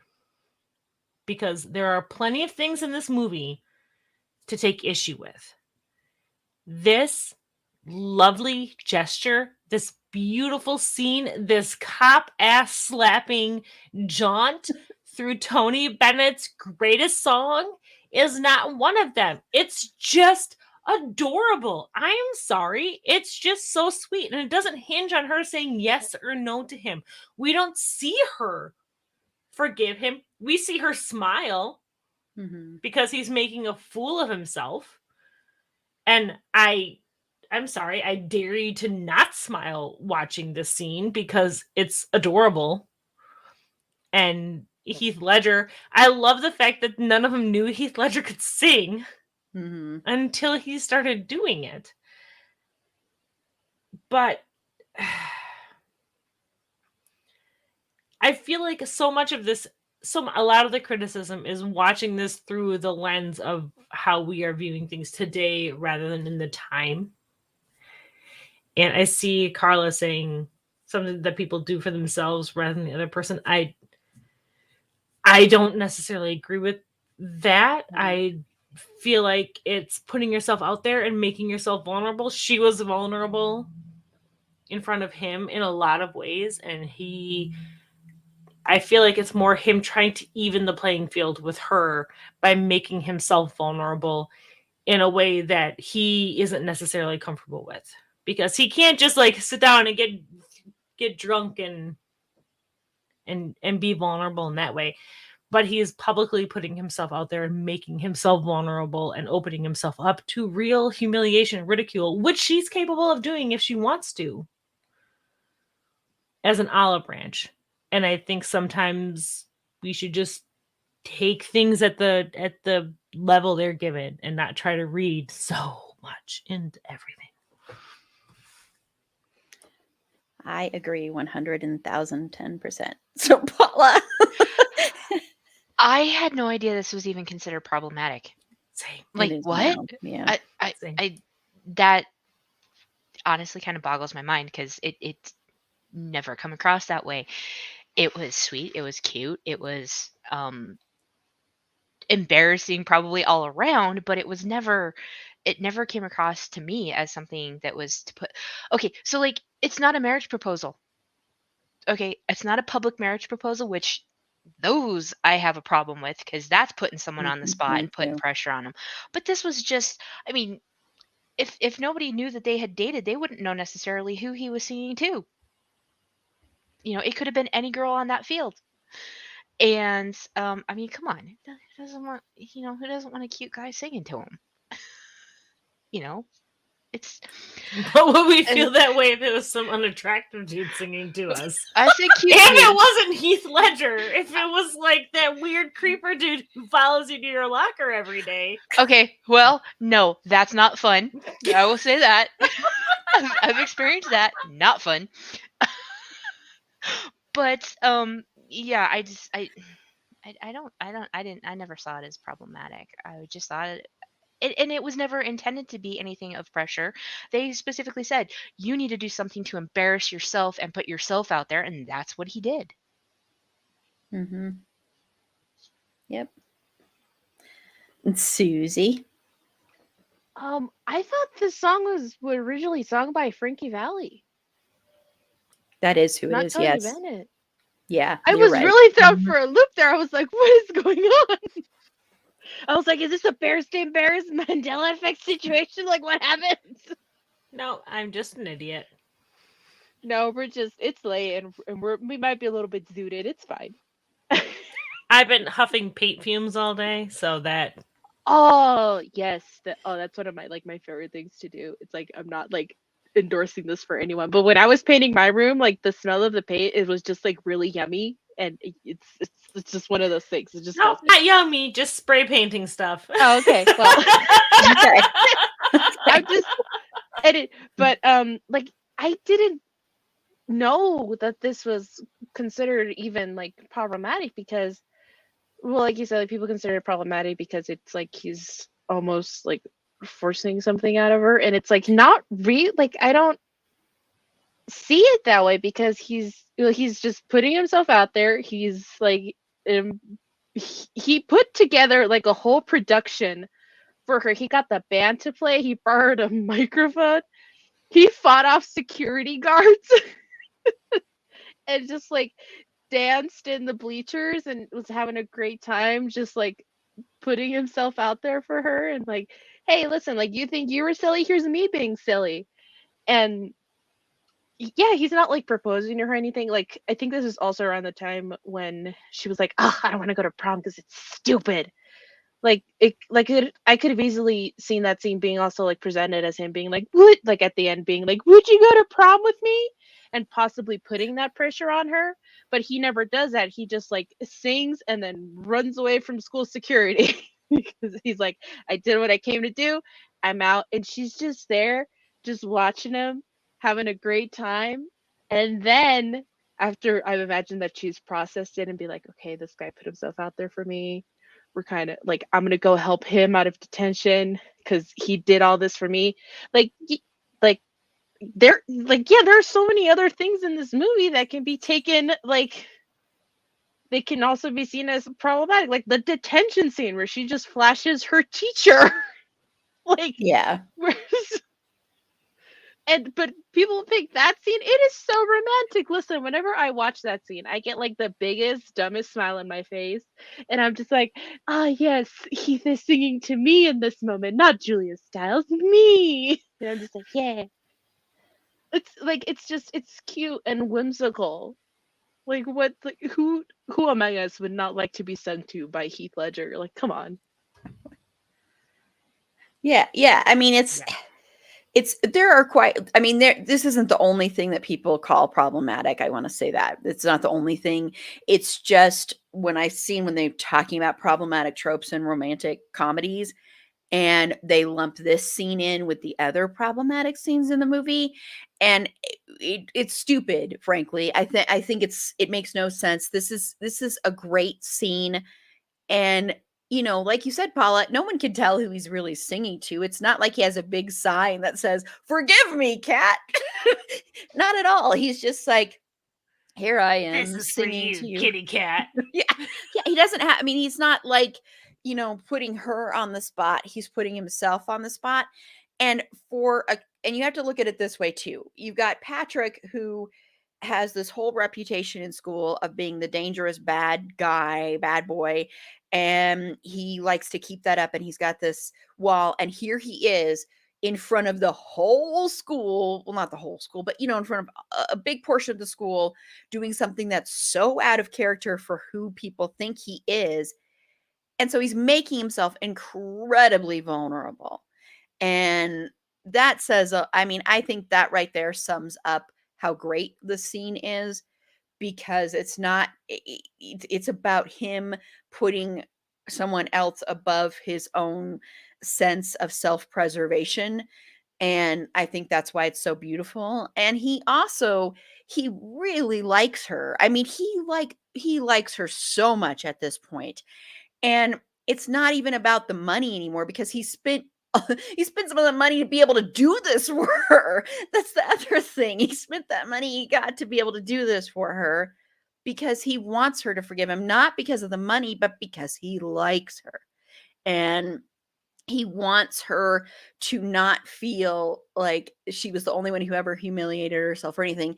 And then also, even though he tells her later at the last scene, when she does end up getting him out of detention, and the smile on his face when he sees her walk into the room and he notices her, that smile on his face is, oh my gosh, that's a smile you want to get from a guy. Oh, that's when he's like, "Oh, you're here. Oh gosh, you're so cute and beautiful, and I love you." I mean, it's that kind of smile. It's so sweet. And he doesn't say that he knows what she did to get him out of detention, but he doesn't say it because he doesn't want to humiliate her again. So he's like, I'm not going to say this, even though I know. I mean, he does say, of course, he says it at the end, but still, I don't know. I just think it's a great romantic gesture.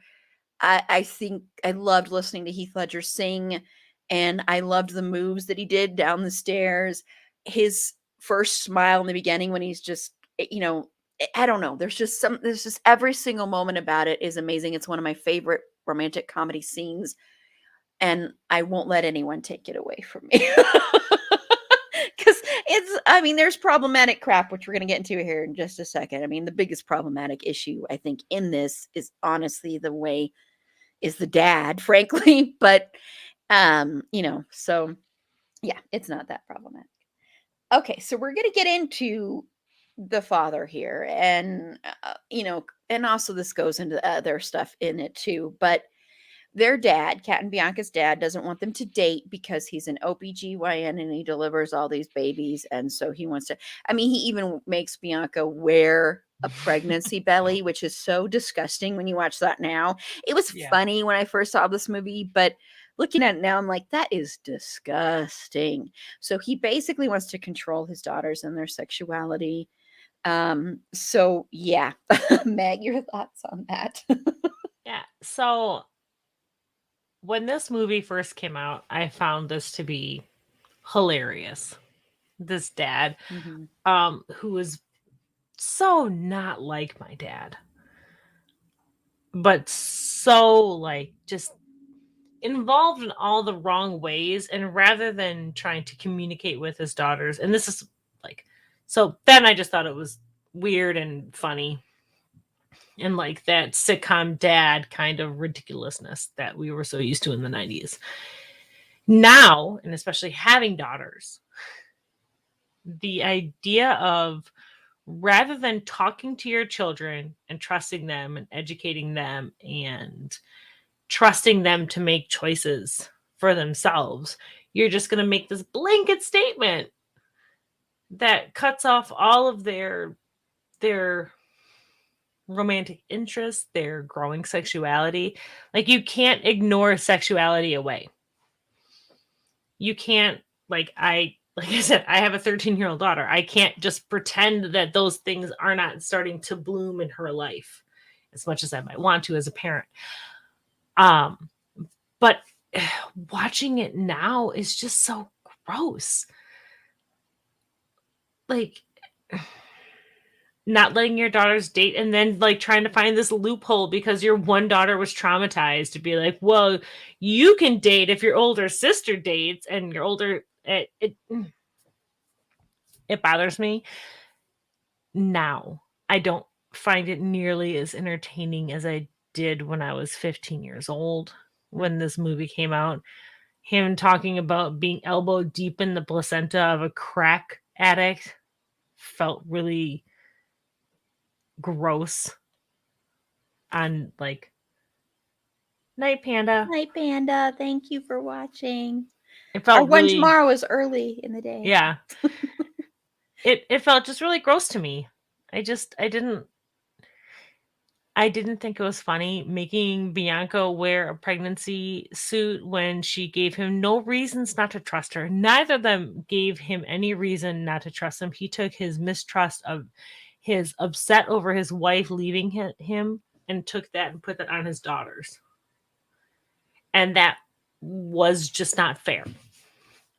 Yeah. And also on a practical note, like, what's a quicker way to get your teens to do something than tell them that they can't do it? Yeah. Like, if I want my teenager to do something, I tell her she can't do it. And then it gets done. It has not worked when I'm like, don't do the dishes. But most other things. So it just, I don't know. Like, what was funny in the 90s in this aspect just is not funny anymore. And I think a lot of it was me working through a lot of internalized misogyny over the years. But yeah. So Paula. Looking at this movie now versus when I first saw it, yeah, like Megan said, it was funny. It was, kind of eye rolling, like, yeah, of course, because we've all dealt with this kind of attitude from people.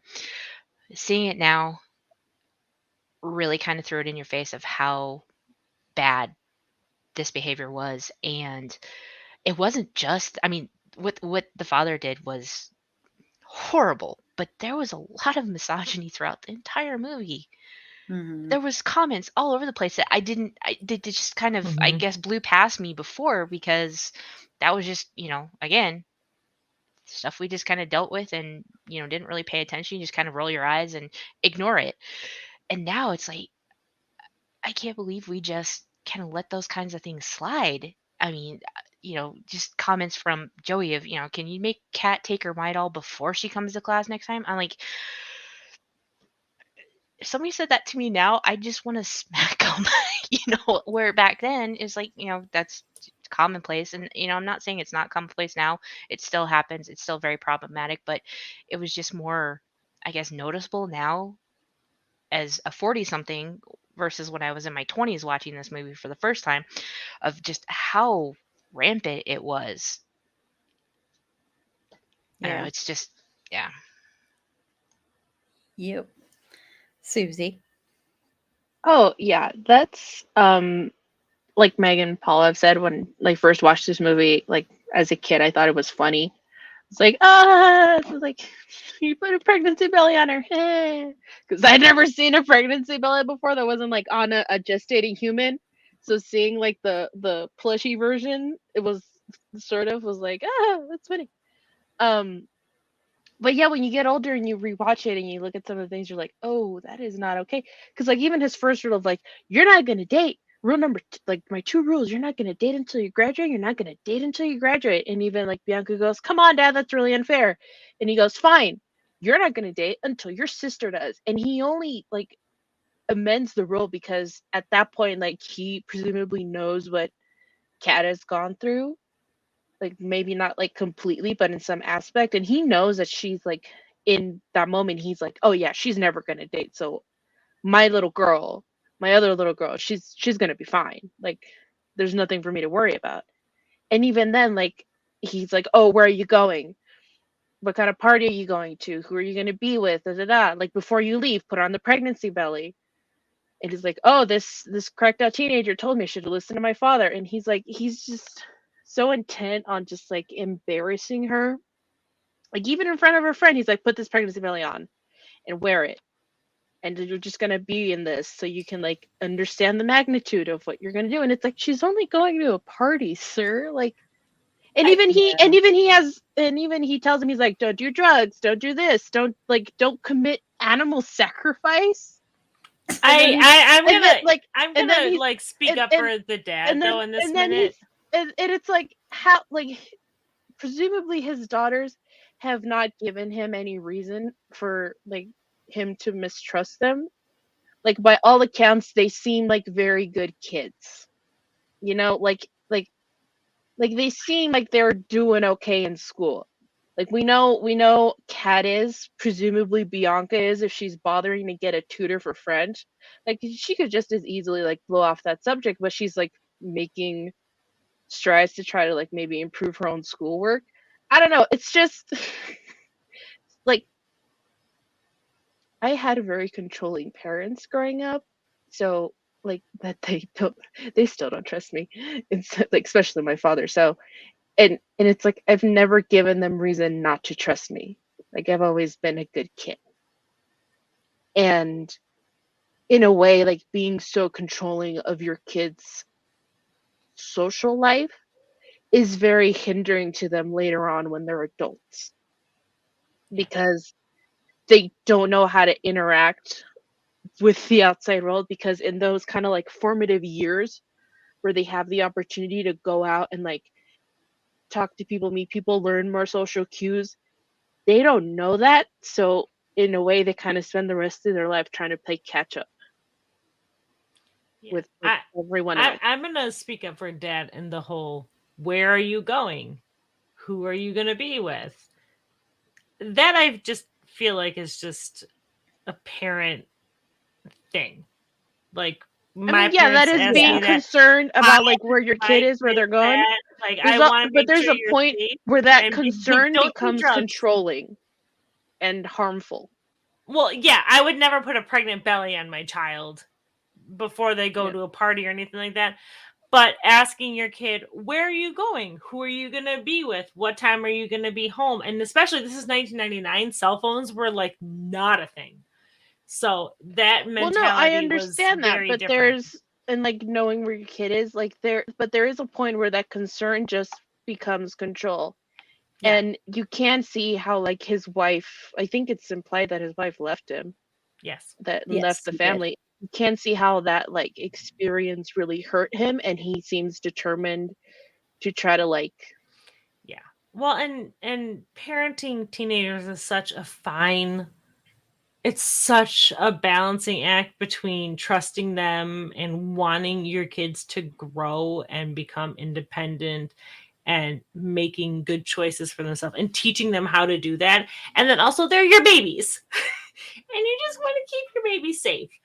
And I just say this as a parent who is in the midst of trying to figure out that balance between those two things. So, like, asking where they're going and who they're going to be with, I didn't think was that dickish. No, but even like the comments that everyone else makes, all like everyone makes so many sexual comments regarding Kat, like, oh, she was being a lesbian, let her get her mind out before class. And it's like, what concern is that of yours, sir? Just shut up and move on. That's 90s humor. Yeah, I know, but still, like, the movie, as great as it is, it's not like many things, it's not infallible. But I think the important part of it probably like is just to like acknowledge the problems with it, and just like, but you can still enjoy the media as long as you like acknowledge the issues with it. Like, I still enjoy rewatching some episodes of Friends, even though, dear God, some of it is very problematic. Yeah, I mean, I still love Friends, but it's still incredibly problematic in areas. Yeah. Yeah, it's just, I mean, it's a lot of that media. I mean, when I rewatched Fresh Prince of Bel-Air for our episode, holy moly, the sexism in that show. Oh yeah. Oh my gosh. So, and the homophobia and the fat phobia and stuff, like fat phobia especially is huge in that. Sorry, that was not a pun at all. Sorry. But it's really bad in that show. So, yeah, I mean, I'm not going to add too much to that, but yeah, controlling female sexuality is a problem still to this day.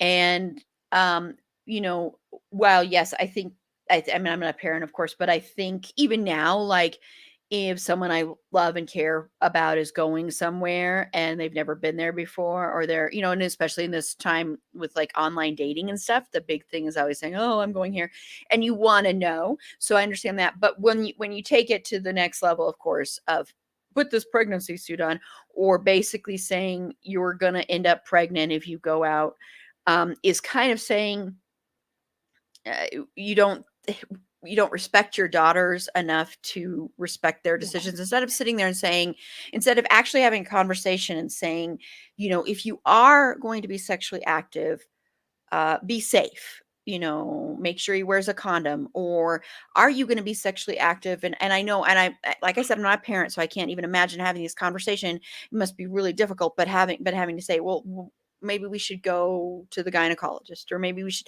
something, or, you know, I won't be there with you, but, you know, if you don't want me to be, but, you know, that kind of the birth control conversation, that kind of stuff is different than saying, I'm going to put this pregnancy belly on you, because that's basically Yeah, that's implying that she has no onus over her sexuality and she will just end up having sex no matter what, kind of thing. It's the way it's approached, because wanting to know where his daughter's going to be, and the phone numbers, and having concern over going to a party, I will say, is a very valid thing, because you don't know what's going to happen at the party. I don't think there's going to be animal sacrifices, but you don't know.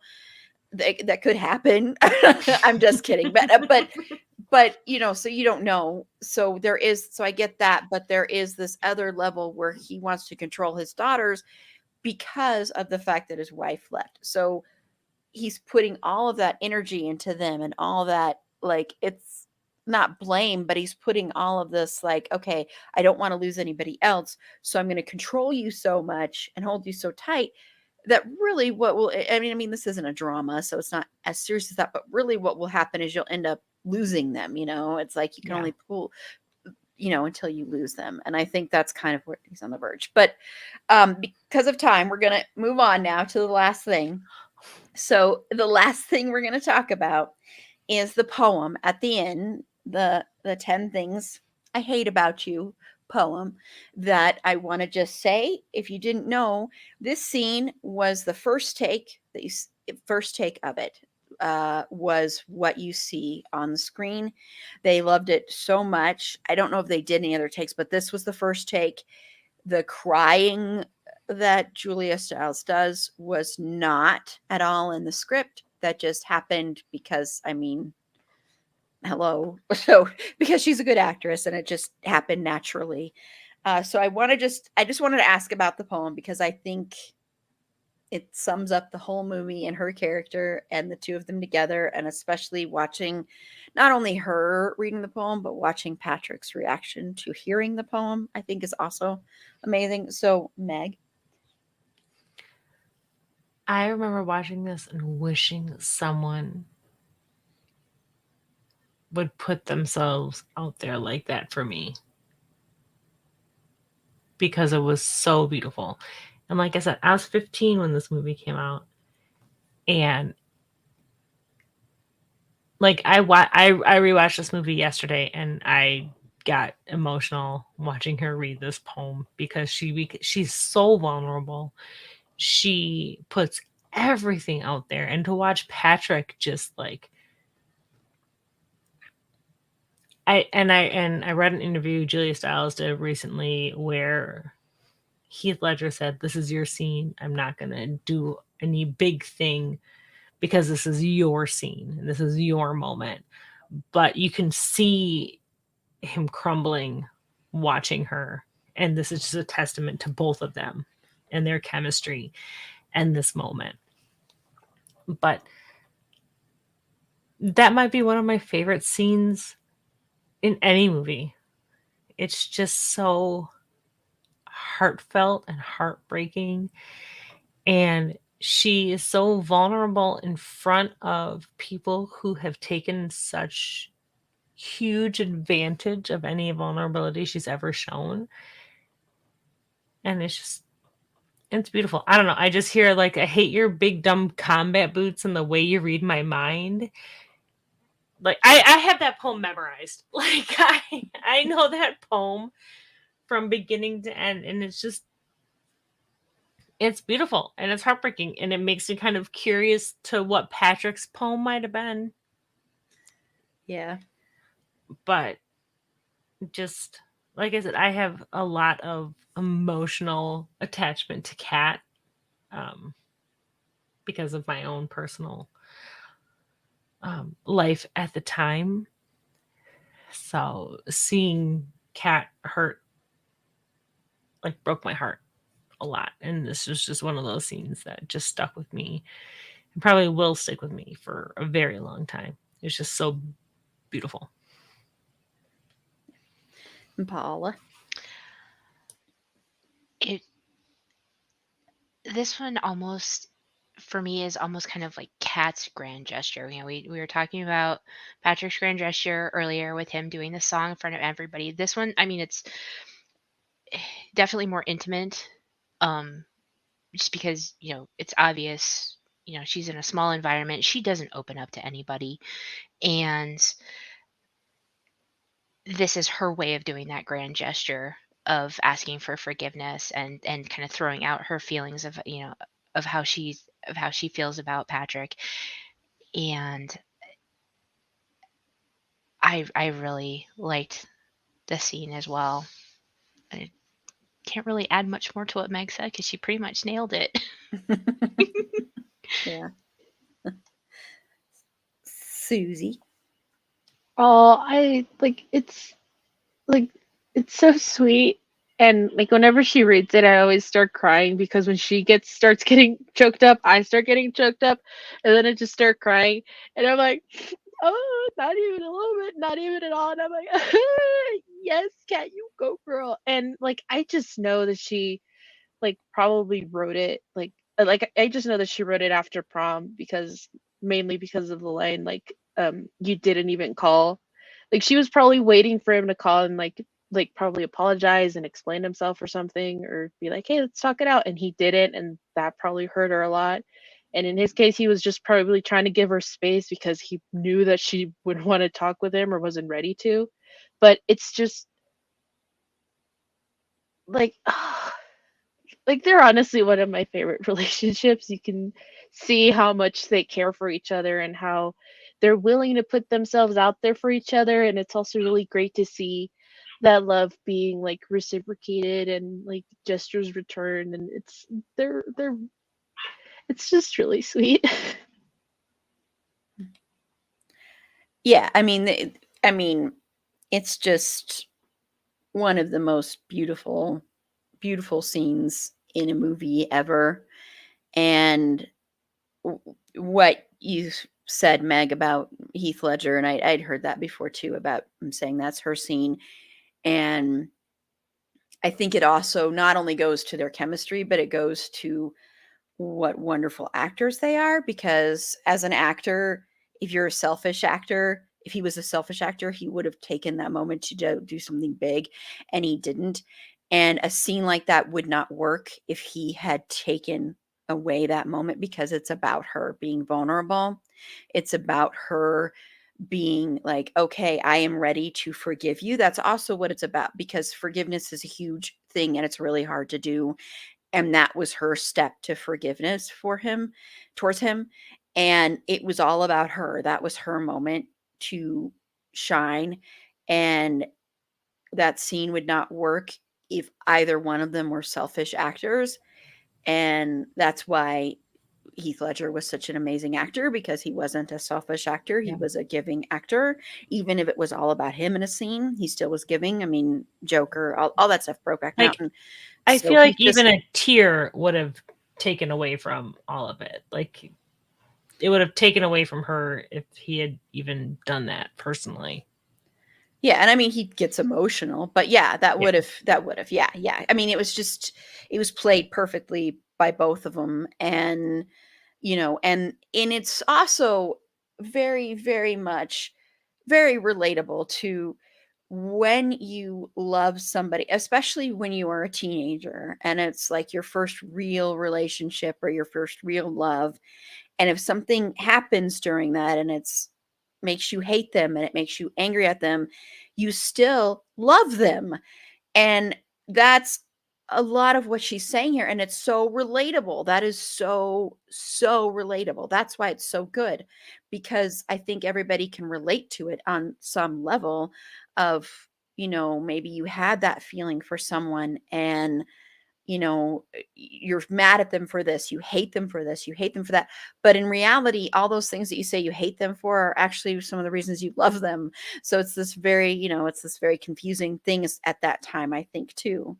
And yeah, the last line of just, and mostly that I just hate that I don't even hate you, not even a little bit, not even at all. It's just so beautiful and amazing. And I know, I've heard some people complain that, he didn't go after her when she left the room, but I actually think it's perfect because that's her moment and she needs some space after that, because that was a lot for her to do, for her character to basically stand up there and basically just say, here's my soul and my heart, and be completely vulnerable. So I'm glad that he didn't. So, but we need to wrap Yeah, up. I just want to say I feel like that plays 100% into Heath Ledger talking about that being Julia Stiles' moment, that being her thing.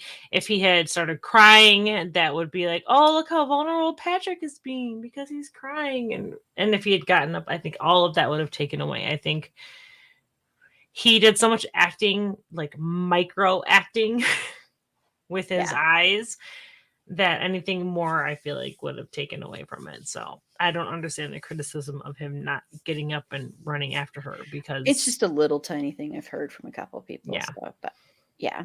Yeah. Okay. Well, we are going to wrap up. So thank you everyone for watching. And this has been fun. This is still one of my favorite movies. I really enjoyed watching it last weekend, rewatching it for the upteenth time. So Meg, where can they find you and your podcast? You can find the podcast that I have with Carla called Bedwet or Behead on Twitter at bedwetbeheadpod, or on Instagram at bed.wed.behead.pod, or on the other blue social media at Bedwet or Behead Pod. You can find me personally on the Twitter at Wisconsinach, which is WISCONSENNACH. And that is that. If you have any trio suggestions, please tweet them to us, because we're running out of ideas. I'm just kidding. But suggestions are welcome. You could do this movie. But they're teenagers. So They're you probably wouldn't do teenagers. it. We Yeah, can't. yeah, They're that's right. minors. That's right. Never mind. So Paula. I am on Instagram and Twitter at It's My Sandbox. Awesome. Thank you. And Susie. Oh, yes. Lovely humans can find me on the Twitters at SusieQ_SC. And there's an additional underscore for Instagram. And my dog's Instagram is at Benny_Felicita. Awesome. Thank you. And this is Erin. You can follow me on Twitter at eAprilBeauty. The E and the A and the B are capitalized. Be sure to like the show on Facebook at facebook.com/itsafandom_thing_pod. On Twitter at fandomthingpod. No, it's in that one. On Instagram at itsafandom_thing_pod. On TikTok at itsafandom_thing_pod. If you have any feedback, any show suggestions, if you'd like to be a potential interview guest on the show, not necessarily Andrew Keegan, but Jeremy Sisto, feel free to reach out to us at itsafandom_thing_pod@gmail.com. Rufus And Sewell? what? Rufus Sewell? Yes, I have a long list of people. Good night, Mal. And tomorrow afternoon, for people that are watching this right now, join us at 1 p.m. Mountain Time. So that's 12 Pacific, 2 Central, 3 Eastern, as we talk about While You Were Sleeping. So Carla, Meg, and Susie will be there for that one. We are still going to stick to 2 hours, ladies. Yes, we are. I am dead serious, Meg. Okay. I'm serious. I can't handle doing more than that. So join us tomorrow as we talk about that. And then next week or next weekend on our live stream, we're going to be talking about the Oscars. So that'll be me, Aaron A, and Angela talking about our predictions and all that stuff. Jeremy will only go if Andrew can't. No, sorry. No, I would, if I could interview Jeremy Sisto, then I think I would get over that. Bestie. I think I would get over that. Andrew Keegan, why do you always play such douchebags? So, and then also remember on March 26th, we're doing our marathon live stream, 10 hours of this. I still don't understand why I'm putting myself 12 hours, not 10 hours, Aaron, 12 hours. I still don't understand why I'm putting myself through this, but I'm hoping we can raise some money for some great organizations. We have great people lined up, great podcasts, since all this stuff will be cut out in editing. I will go ahead and say them really quickly. So, of course, we're going to have the boobs on. We're going to have Sort of Brilliant on. We're going to have Sudden But Inevitable, Green Shirt Podcast. Jen will definitely be on. I don't know if she will be on. Just she's going to try to be on to promote her podcast, and then she's going to be on along with Susie and Aaron A, as we talk about Finn Wittrock's. Yes, it's just his Finn Wittrock's erotic thriller, Deep Water. What is it? Is it Deep Water or Dark Water? Now I can't remember the name of it. Damn it. Anyway, so we'll be talking about that and talking about when he inevitably is murdered, but we'll be talking about the erotic thriller of it all. So that'll be fun too. And then we'll be recording an episode, not sure which one yet. And then we will also be talking about ghost stories. We're also going to have Nerd Alert News on to talk about, to promote an upcoming convention. So it should be a lot of fun for everybody watching. I'm just kidding. It'll be fun. And that's, yes. Okay. So remember, on our next episode, sorry, we are going to be talking about While You Were Sleeping. So that should be a ton of fun. So until next time, remember, it's a fandom thing. Black Lives Matter and stop Asian hate. And thank you, everybody who watched live. Good night. Love you all. Good night.